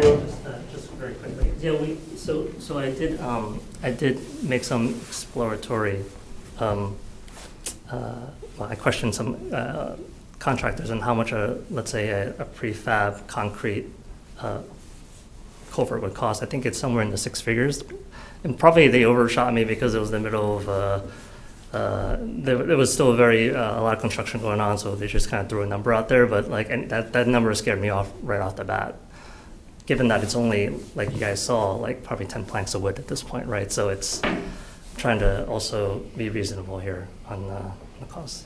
I think the bridge they're talking about replacing, Michael, you might see it in your file, is 110 square feet. Oh, no, I understand, I mean, but it's- it would never be my expectation as a No. builder It's a little bridge. to drop a prefabricated, and we're gonna ask Joe, would ever cost 6 figures. But literally, this bridge, and I agree. it's actually quite attractive, as you saw. Yes, it's beautiful. It's 110 square feet. It's 9 feet wide by 12 feet. Right. You know, Yeah, I'm not. my aesthetic, just as we're having a quick discussion, is that a precast concrete culvert dropped underneath this bridge would detract from the beauty of this little drain that comes from 12 feet, that Oh, 15 no, feet what I, from no, what I, Post Road see, down the to the river. commissioners are designing your driveway for you. No, what, Yeah. no, what I'm thinking is, no, what I'm thinking is like Joe can opine on this, is we could piggyback off of Joe, is it could be a culvert, it could be a precast type of bridge, as you would call it. There's another word for it, we'll ask Joe. And then they could just pave the asphalt over and carry the Belgian block, and then it just looks like one monolithic driveway, and you never have to touch it ever again if you plan on staying in Darien the rest of your life. I don't know. So that's why I was mentioning that. But those are my only comments. Thank you very much. Environmental Protection and Design Commission. May I? Go ahead. So I'm wondering why we want to have a bridge overflow. You know, bridges are usually made so water flows underneath them. And I'm just concerned that part of this project that has not been resolved on the salt box is to try to cut back the amount of water that goes down in that. Now, I can tell you, there's an interaction to this that affects us and the Environmental Protection Commission. The water that comes off the post road, laden with silt, goes into that 24-inch culvert and into that stream. It continues on down the stream and into a collection pond on 2 houses down. It's caught there before it goes into Seagate Inlet. If that material is now slowed down, doesn't come down the stream because of a bridge concern, we are now going to have more material going into Seagate Inlet. That's an environmental concern. And the idea that this is flooding all the time, if the person wants to have their bridge flooded, well, that's their prerogative. But if the idea is, well, we're not going to have that flood as much because we're going to cut down how much water comes in from this new project, that's a real problem. The other thing is this does overflow by a lot of water. I'm very familiar, I live there. And that water comes down and cascades down and sheets down and hits the next neighbors. They have a flooding problem as well. There's some issues there too, we won't go into those. But part of that overflow of that bridge now impacts the property down below. So the idea of making a bridge that can overflow often doesn't make any sense to me. It's not going to have any more impact if it's the right height to clear water, and it's not going to have any impact on the drainage itself as far as contamination or anything else. But I don't see that, and if the idea is, well, don't worry about it because we're going to fix that with a salt box project, that's a wrong option. That's one of my problems. The other one is when you do the actual work on that stream, it may look very docile, but when it gets ripping, it just tears things apart. So when they did their last project, which is beautiful, the contractor was not aware of how volatile it got. He put up some silt fencing and tore it right away, and erosion had continued. So in order for you to do that abutment behind it where you're going to excavate, you got to have something serious like some kind of piling in there to temporarily to hold back when the water does rip through there. And it's a flash flood. It doesn't take long. All the water from Norotan Avenue comes all the way down the post road and everything empties in there. A lot of velocity. So that's got to be totally engineered correctly to make sure any of that goes on. Anyway, those are my comments, totally different from the rest of you, but I live there, I see what happens. And the impact to our inlet, if this is not done right, is substantial. That's all I have. Can I ask Rick a course. question? I have a question for you, Rick. In the your summary, it said that the watercourses generally flow north to south from a series of storm pipes in the vicinity of the post road under the existing timber bridge and a combination of pipes and open channels before exiting to Holly Pond. So we don't allow people to cross watercourses with fences or, and yet some of these properties, the watercourse is in a channel in some of them, but in some of them, it says it's in pipes. How did that happen? How does that happen? That's in mine. Yeah.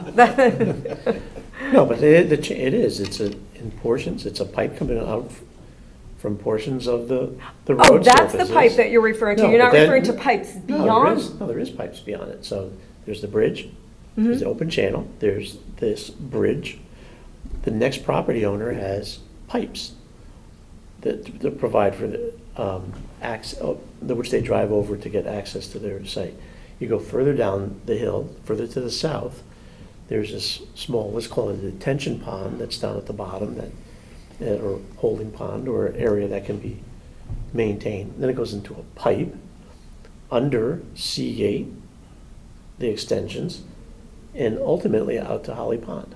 So it's a Okay. combination of. So it's like through the road, kind of. It's not through Under the other. road, yeah. It's not through other, like, people haven't just decided to pipe the water course, except for the one neighbor where you said it's Well, it's piped. either the road or it's under a driveway Okay. that were built whenever they built the homes. Right. I was just wondering how that might affect the flow. Well, they really need to do or seize upon the studies that have been done with the volume, and then do an analysis of what the actual impact is going to be. And I think Joe will be able to expand on that, because a lot of that Okay. was in his initial comments that were provided to the applicant. And they were saw also those. mimicked in our comments too.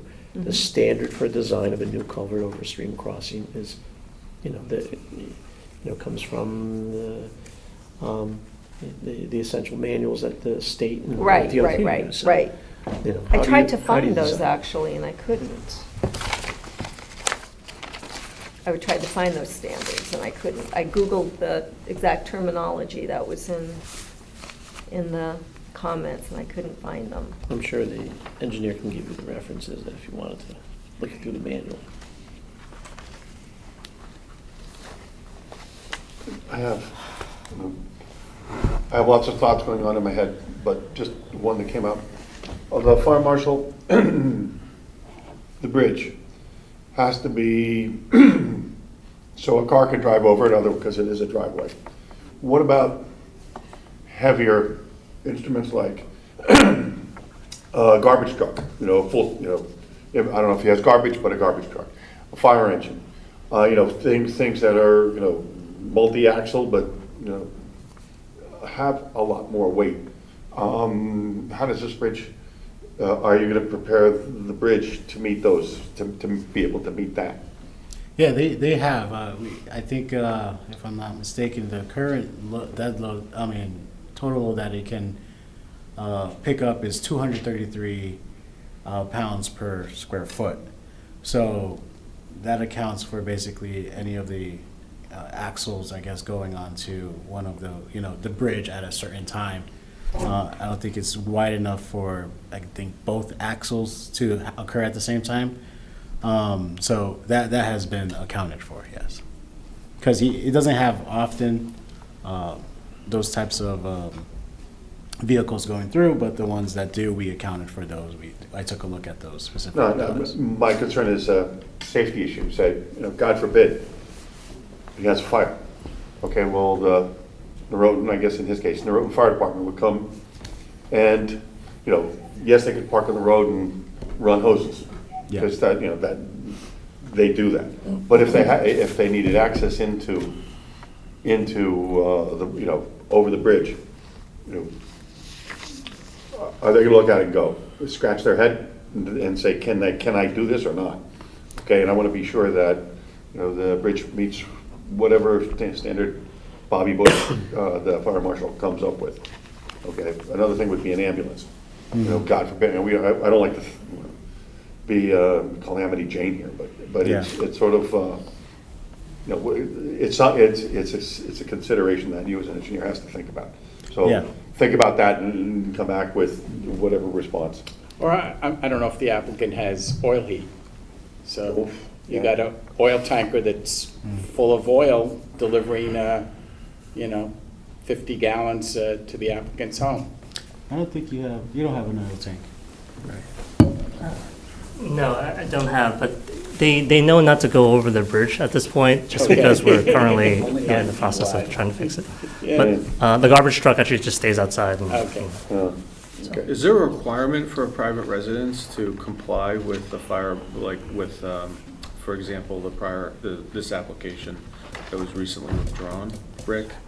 Is there a private residence? I don't know. Requirement? Nope, I don't know. Was Yeah, it so I would that say might that be a conversation with. You're gonna, fire so what marshal. we're saying to you is I forget the nomenclature, but there is a specific regulation relating to large triaxle machines crossing bridges and driveways. Yeah. And I can confidently say for commercial activity, the applicant needs to be in compliance with that state regulation, which would require you to have a structural engineer certify. You can talk to Joe about it. I think what is important for you to understand for your application is that we will look for a PE to stamp off any structure that you're proposing to be constructed.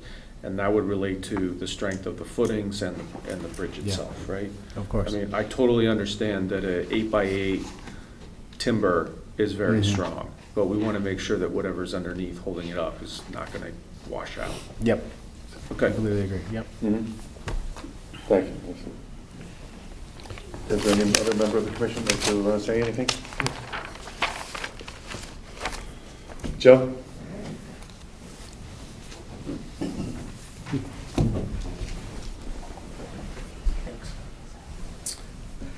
Hey, good evening. For the record, my name is Joseph Canis. I'm a licensed professional engineer in the state of Connecticut, principal engineer with Ty and Bond. We're retained by the commission for the technical review of the application. And just to echo Rick's comments, and I think some of the other commissioners have mentioned it, that there isn't a whole lot of engineering detail in these plans yet. There could be, I'm sure they've worked on it, they've done their calculations, but not everything has been presented, and they want to get some input, which is fine. Through that lens, that's how a lot of my comments were made in my January 2nd memo. And I'll quickly step through them one by one. The first is, you are an inland wetlands commission, so you're always looking for alternate, feasible and prudent alternatives.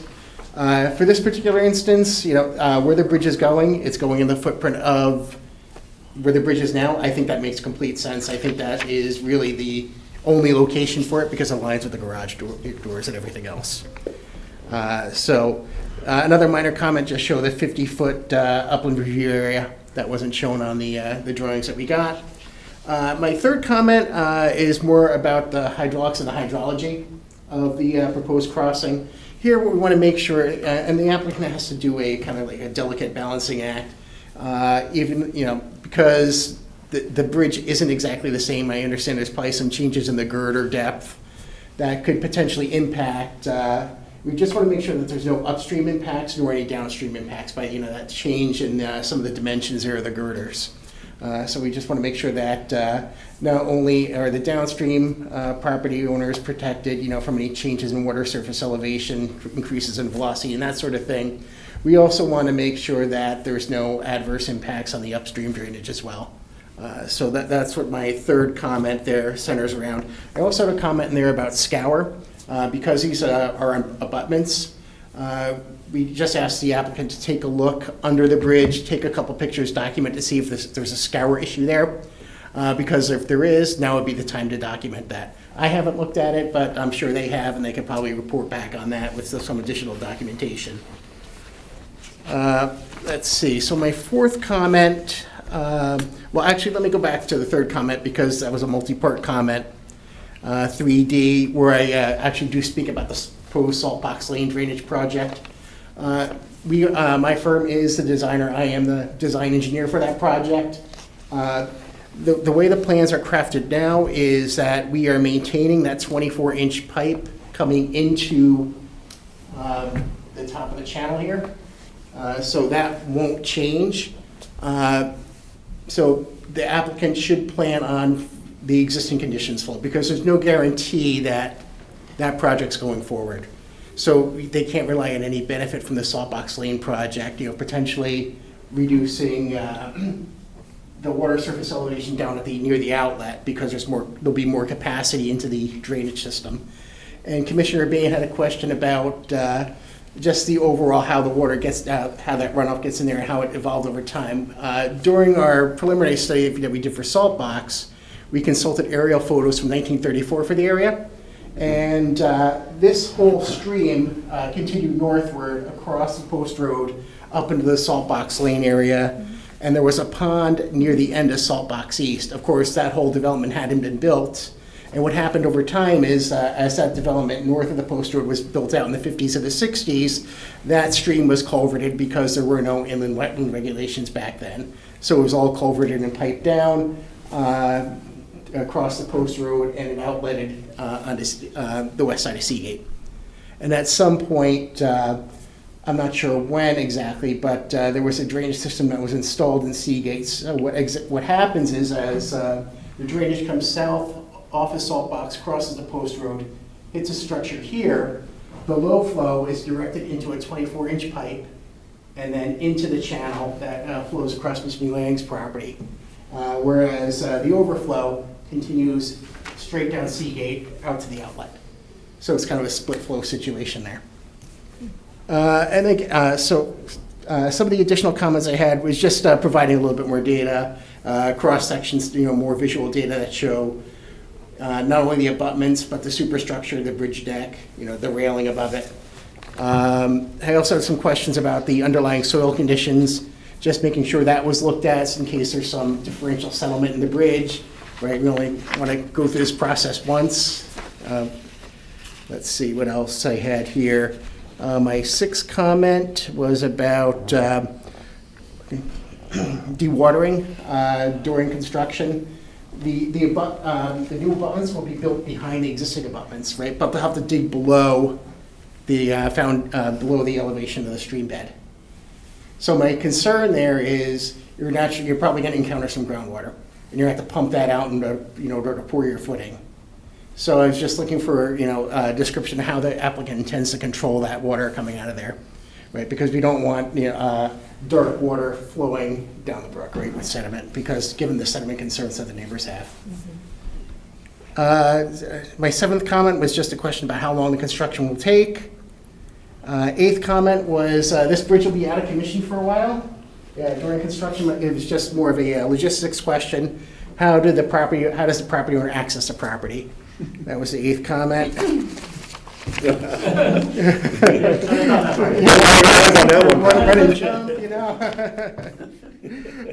Let's see. And then my ninth comment was, can the deck work on the bridge be done with the watercourse flowing below, or would they need to somehow put a coffer dam in the stream? Just looking for some additional detail there.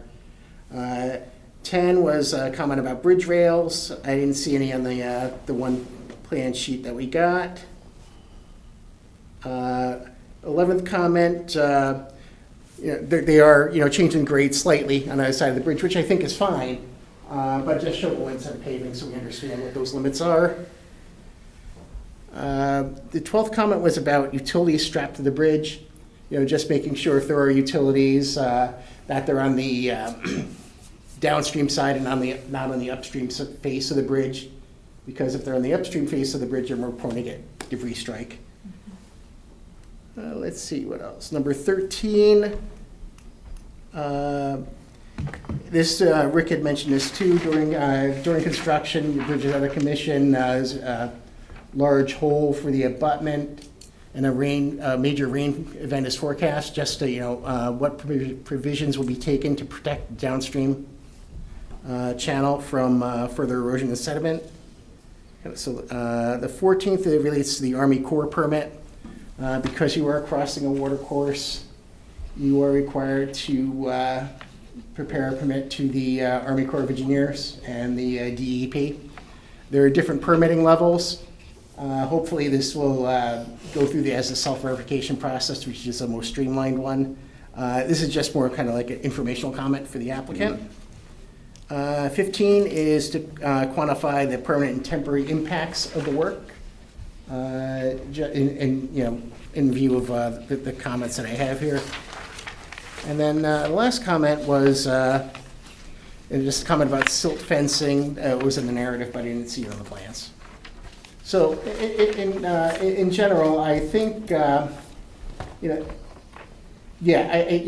the bridge needs to be replaced. It's just the applicant just needs to prepare the documentation that shows that there'll be no adverse impacts, either during construction or post-construction. So I know Commissioner Irvin had a question earlier about using a precast culvert or something to that effect. And, it depends on the amount of real estate available. There's a lot of factors that go into it. In this location, I would tend to think the timber bridge is probably a better approach. Because if you do a culvert, you also, you can't have the concrete bottom, right? The core regulation is now for the stream crossings is that the lowest foot has to be sunk into grade, right? So you're doing additional excavation.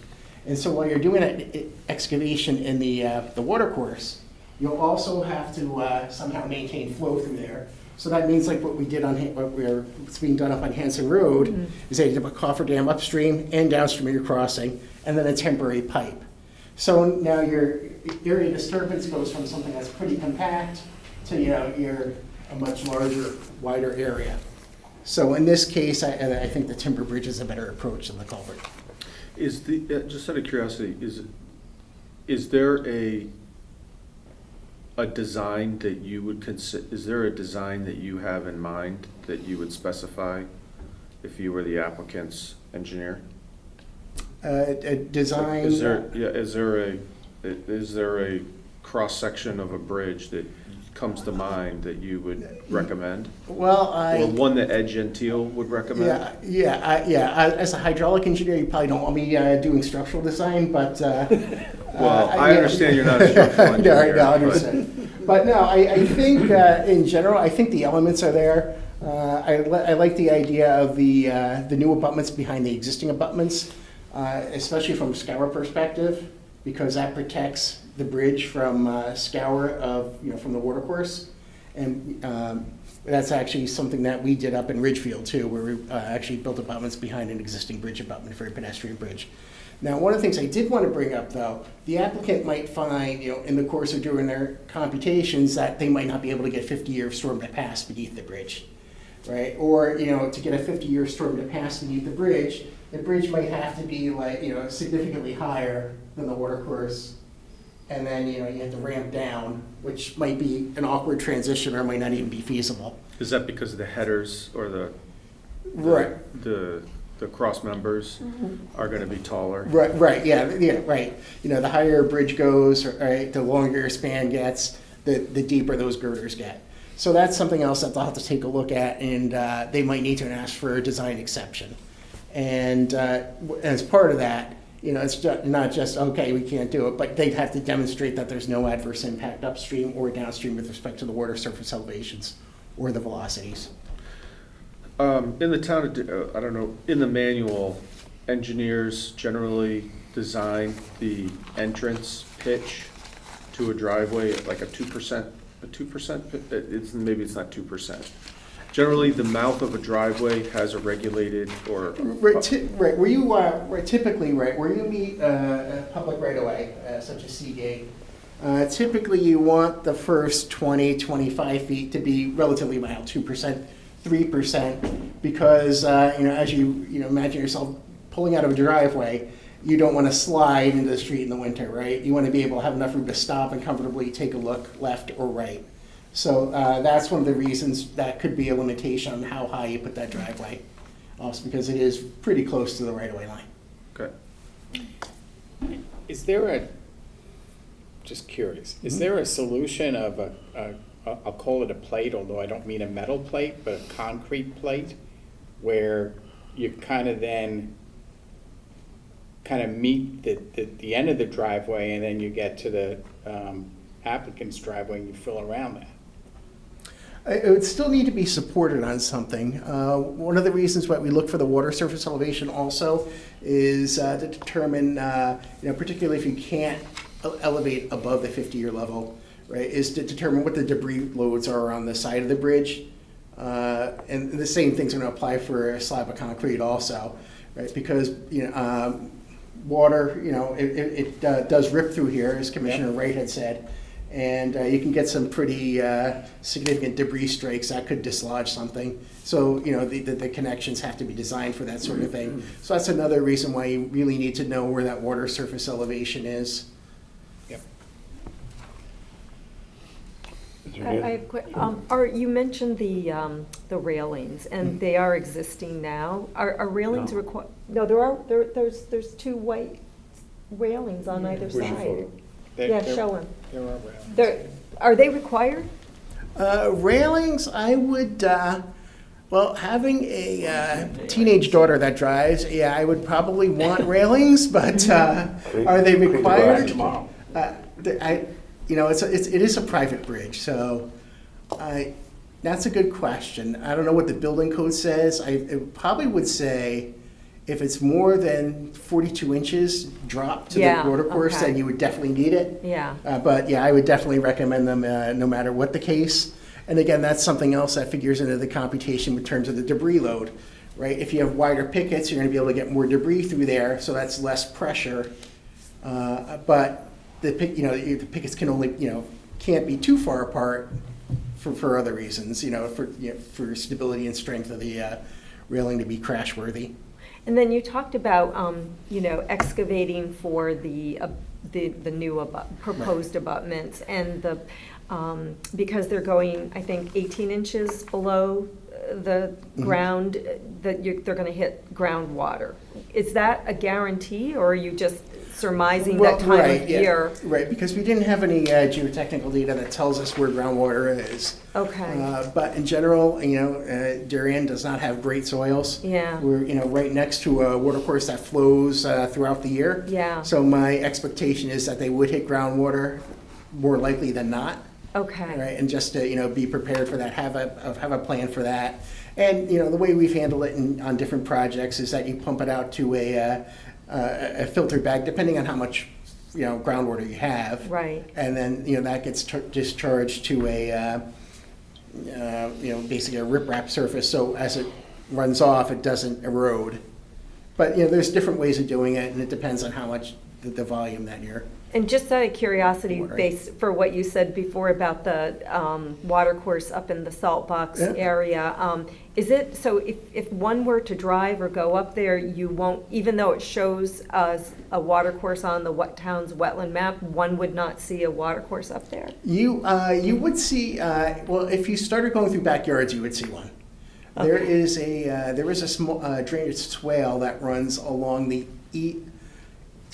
and the backyards of the residences on the east side of Saltbox Lane. Okay. Which is sort of a remnant of the old channel.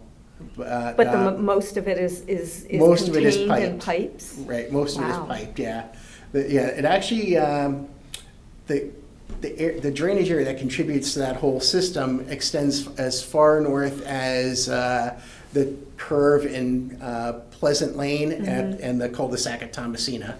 So it all comes down there, and it goes actually as far east as the Norotan Presbyterian Church. There's there's a detention pond in the back there. That's basically the start of the whole system. So if a person purchases a home, and are they made aware that there's like an easement with this pipe in their property? Well, that's one of the battles that we're fighting I on mean, that it's project. irrelevant to this issue. But so the answer is yes and no. I'm just curious. There's easements in some places, but not all places. Okay. Yeah. Great, thank you. Does any other commissioner have questions or comments for I Mr. just Canis? have one question. But excavating behind the existing, because it is a loose, if I recall, it's a loose, essentially loose kind of rubble abutment right now. Right. You dig behind, okay, so there's some margin of safety of your total impacts and while you're doing the work. But is it a good practice to leave that loose rubble there? Does it create a pinch point in terms of the drainage in that channel? Well, if you were to leave that there, right, it's, and you're not changing the geometry elsewhere in the channel, right? Your bridge elevation's going up instead of going down. Leaving the abutments in place doesn't have a negative impact, right? If you were to remove the existing abutments, it could potentially allow more flow through at least number 3, right? But the problem is, right, okay, you say if the bottleneck's at number 3, you remove that bottleneck, does that bottleneck move down to number 5, Mm-hmm. right? So that's all part of the hydraulic analysis that the That's what they applicant have needs to to do do, during the right? analysis. They Correct, kind of balance, right, find the perfect balance. that's right. When I was talking about the alternatives, I was talking about the whole idea of, what often, take the economics out of it, often on bridges of this size, or culverts of this size, or crossings of this size, the idea of a box culvert has a lot more efficiency in terms of, or not efficiency, but less time to have to construct an abutment. Right. And then, if you're facing the abutments. Right, and then yeah, if you're facing. right. Correct. Yeah, with a prefabricated box culvert, you're correct that you don't have, you don't have to wait for abutments to cure, and things like that. But here the challenge is the space. You have a crane. You have to swing the crane around, in order to set the box culvert. But then there's also you have to dig deeper into the channel, right? You have the upstream cofferdam, the downstream cofferdam, right? Because now you have to cut off flow to be able to drop that culvert in place. I mean, is there a situation in terms of water handling and control? You're kind of at a unique circumstance if you just cut off the flow coming into the channel itself for some period of time. Up at the Boston Post Road. By plugging. Isn't there a diversion right there in that Right. splitter? That splitter, I suppose you could cut that off. Just for But some short then term. then you're dewatering the entire length of the water course, Mm. as opposed to, like for example, at Hanson, where we're just dewatering right immediately upstream and downstream of the bridge. Here, if you cut it off at the top there, you're not only dewatering at the bridge location, you're the whole length of 3, the whole length of 5, Mhm. and I believe the next property down is number 6 because the roadway turns the corner there. How big of a pipe would you need to dewater? Well, Just for their activity, if they were putting a box culvert, like a 6-inch pipe? for their activity, it certainly wouldn't be as big as the channel is now, right? Because you typically design for a 2 or 3 year storm on those temporary bypasses. I can't tell you what that translates to in terms of flow here or pipe size. I would expect it would probably, given the fact, just anecdotally, right, thinking about it, flooding happens more than once a year, at least once a year, right? So I would say you're probably looking at something bigger than a 24. You're probably looking at, in the neighborhood of maybe, and again, this is just, shooting from the hip here, you're probably looking at maybe a 42-inch pipe, so a fairly substantial pipe. 42 inches wide? Or Right. Or diameter. Oh, Yeah, diameter. diameter. Oh. But you're talking about where the box culvert would go. You're not talking about, I'm sorry, I'm talking about dewatering from one side of the bridge construction to Right, yeah, that's what I'm the talking other. about, yeah. You're saying a 42-inch pipe? Probably a 42, right? Oh, If you were building a diversion. If you're building diversion, right. But. Oh, no, I'm saying, can you mechanically pump that water? Or can you, instead of putting a pipe in? Yeah. Yeah, I think it would have Like to be. put sheet pile it and then trash pump the water around. Is that, It has been done. You'd have to take a look at the volumes though. I had a project in Wilton where they were doing a very similar thing because they were replacing a segment of pipe. And what happened was, We had that August 18th storm event where they got, this is up in Wilton, where they got 7 inches in like 7 hours or something crazy like that. Of course, everything pumped, the pump obviously couldn't handle that. This is right next to the Norwalk River, and they spent the next day taking fish out of the parking lot. Oh. Yeah. So there's always that risk of a big giant storm event that comes through, which it would make me nervous if I had that type of setup. That's why when we do these cofferdam diversions, we usually prefer to have a hard pipe for that. Would you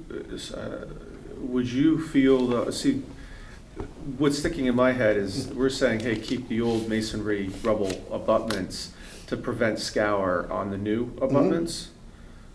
But the box culvert would be the belt and suspender, correct, approach? Right, well, right. If with the box culvert, you don't have to worry about scour, right? Scour is not an issue.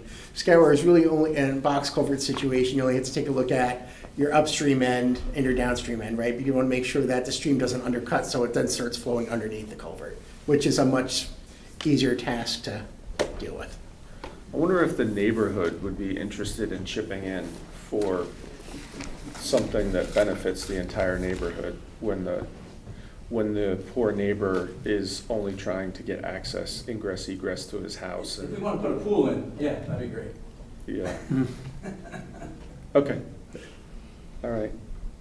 One step at a time. Anybody else for Mr. Cummings? Thanks, Joe. Okay, thank you.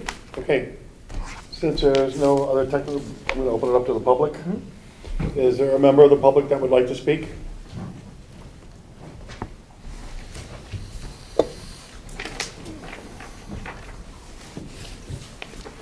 Please identify yourself and your address.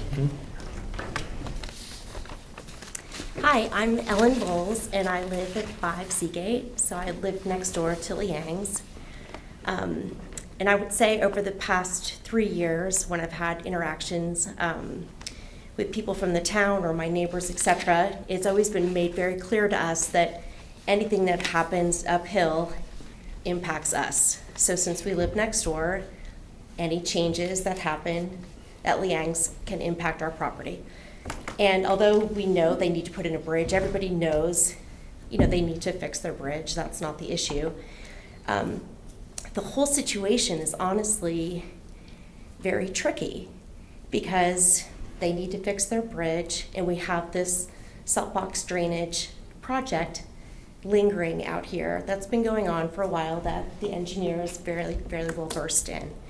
And there's a lot of different priorities. Like Bill talked about the sediment. He's very concerned about the sediment and the health of Holly Pond. And honestly, everybody on Seagate is also concerned about the health of Holly Pond. That's not the issue. But there's also opportunity costs that exist with all of this. The Liangs need to build a bridge. We are getting flooded, and it's not just from God. Today, maybe when you were on our street, it was a babbling brook, which often it is, and Bill has referred to that so many times. It's beautiful. The watercourse is beautiful. It's a babbling brook. But when the rain hits, it turns into more like a mini roaring rapids. And all of a sudden, the water comes pouring out of the pipe. It overflows the Liang's bridge, and their Monet that you refer to, it is beautiful. It is extraordinary. But when the water goes over the bridge, it does not go towards their house. It goes towards mine.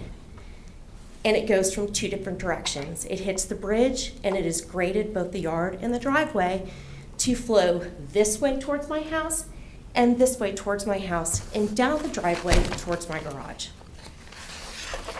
And so we all need to figure out a collective solution. How do we keep the pond healthy? How do we help our neighbors upstream on Saltbox that don't live in a flood zone? How do we work this out that the Liangs can build a bridge that doesn't cost a fortune?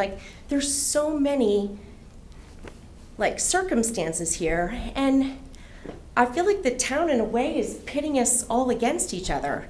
Just because I don't want my house to flood doesn't mean I don't want the pond to be healthy, but I feel like we're all at odds. And you know, when is this project going to get approved? Is it going to get approved? Is there even funding? And just like the engineer said, there's no guarantee that this is going to happen. So to protect our property, we have to deal with the current situation. And the current situation is when it rains, and not necessarily these huge storms that we're referring to, the 10 years that we have lived in our house, their bridge overflows. I have pictures of my kids skimboarding on that bridge before they ever moved in. So this has been going on for years.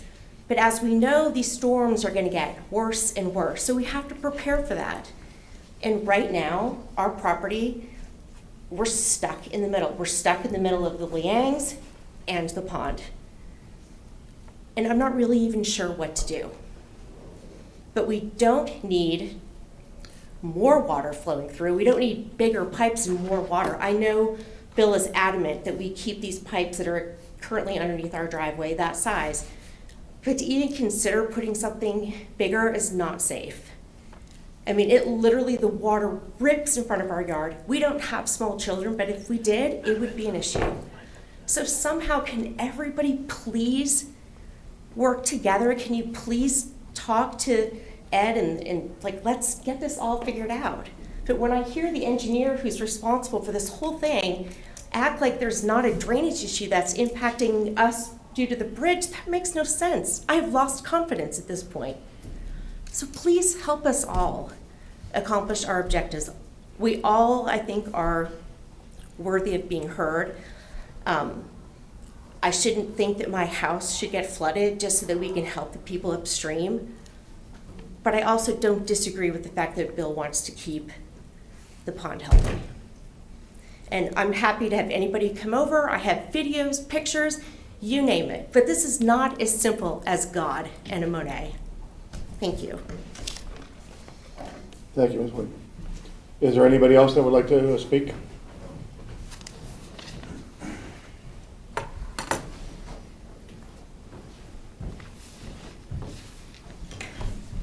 How you doing? Well, my voice is loud enough. My name's Todd Sweedock. I live at 6 Seagate. I have lived there for 48 years. I was born onto that street, and I'm now co-president of the street, so I also speak for a lot of the neighbors. As far as some of the things that I'm here for tonight is just to reiterate kind of a few things.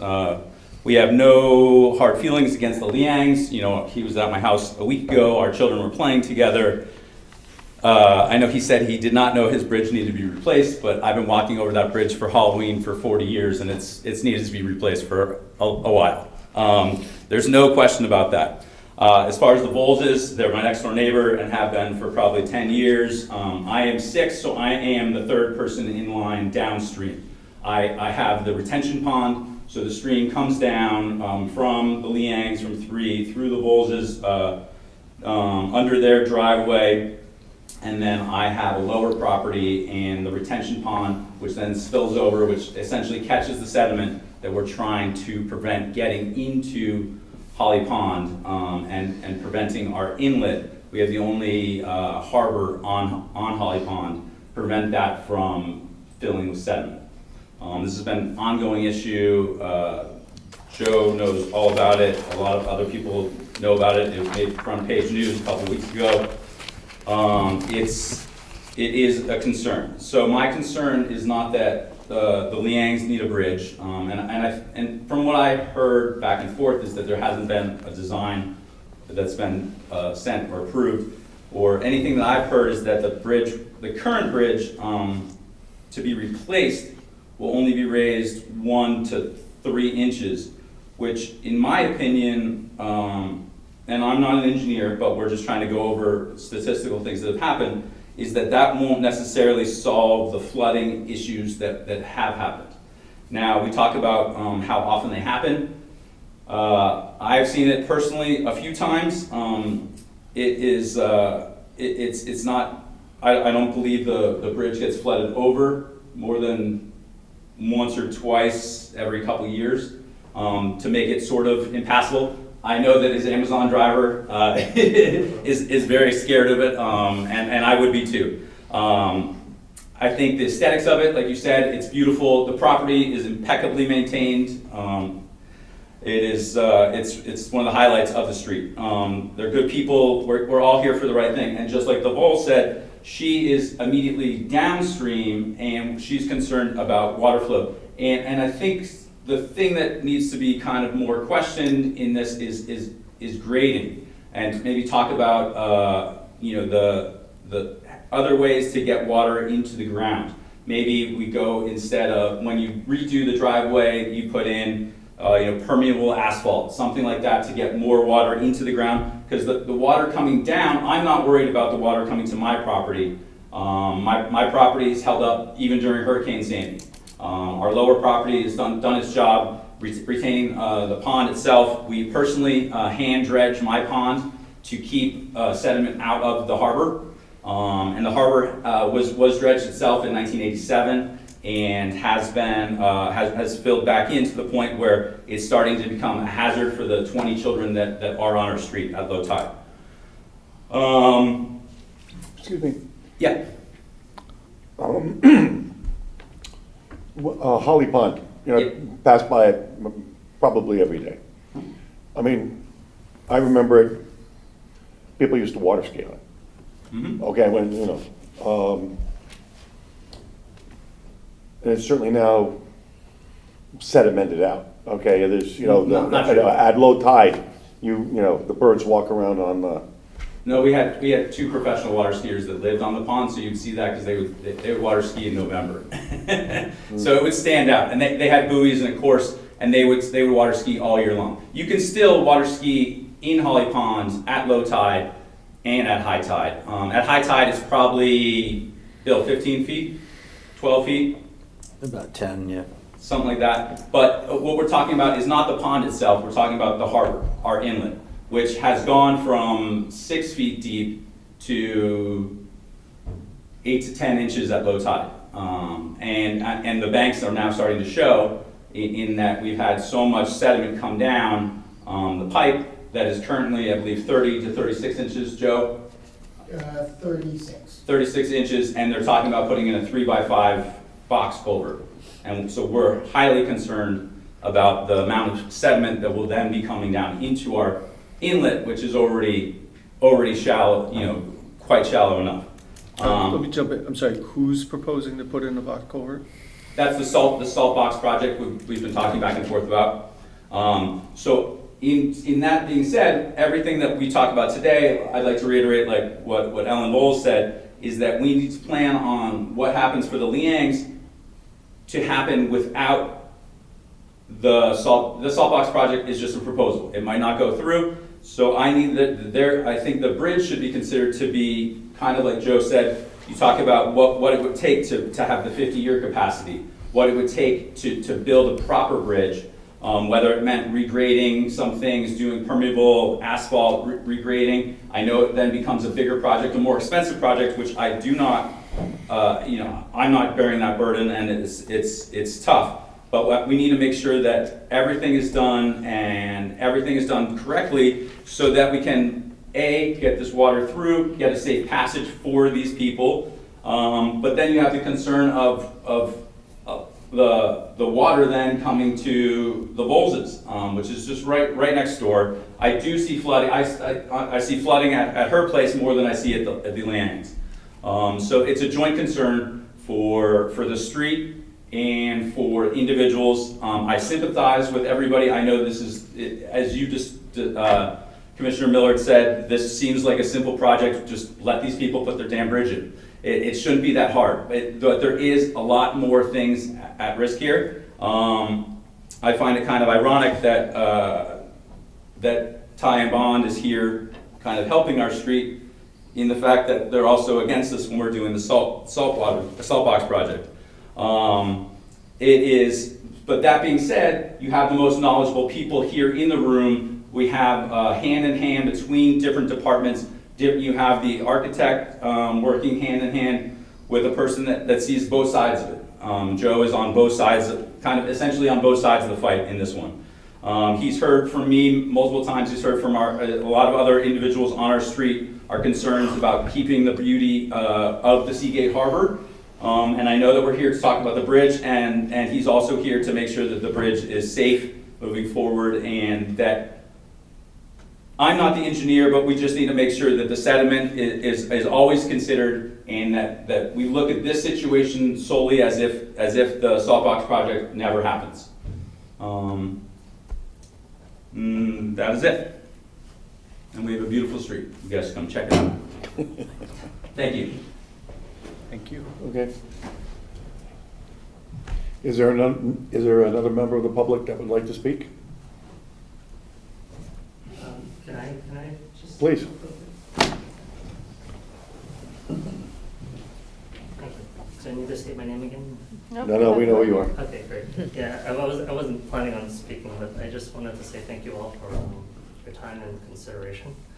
The bridge has been on my wife and my minds for quite a while since, I mean, when we bought the place, I'm not exactly a very handy guy, so I didn't really know it was kind of like a rickety bridge, like Todd said, but indeed over time you do see it kind of giving a lot of sway now, so it is quite a bit of a safety concern for us. I don't want to have to hold my breath every time going over the driveway and watching sometimes the Amazon trucks do go over the bridge, and I get very worried about that.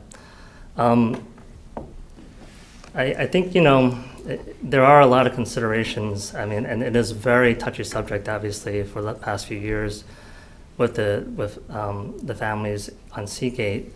We've really tried our best when when I talked to Adam to construct a project that really tried to minimize the amount of impact as much as possible. Just trying to keep it to wood, try to raise the bridge, which is better than where it is right now, not touching the stream.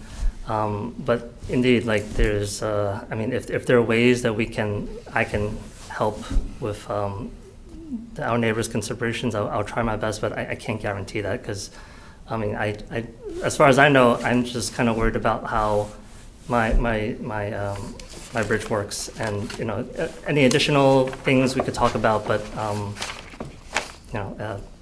we'll try our best efforts at things the best I can say, but.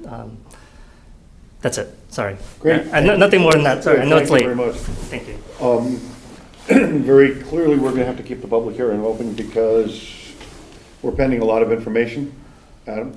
So we'll be expecting that until we get that specific information.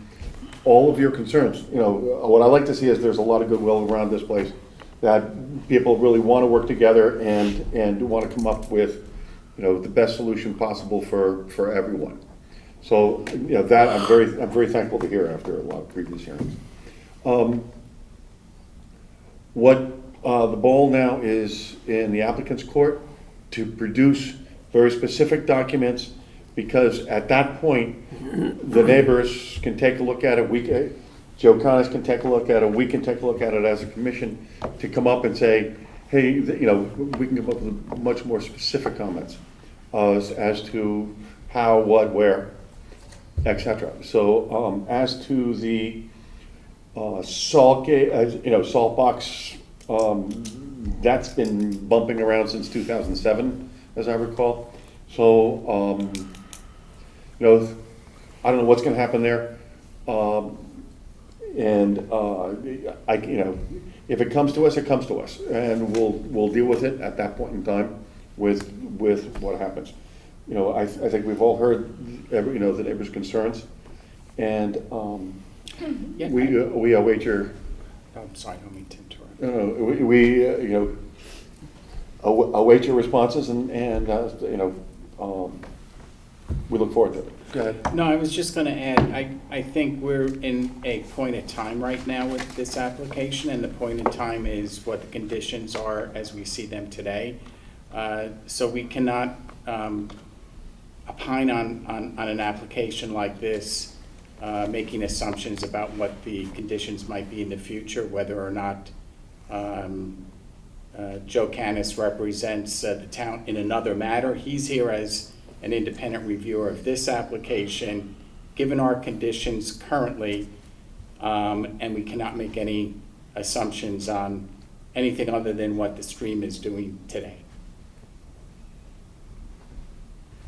Anyone else want to say anything? Well put.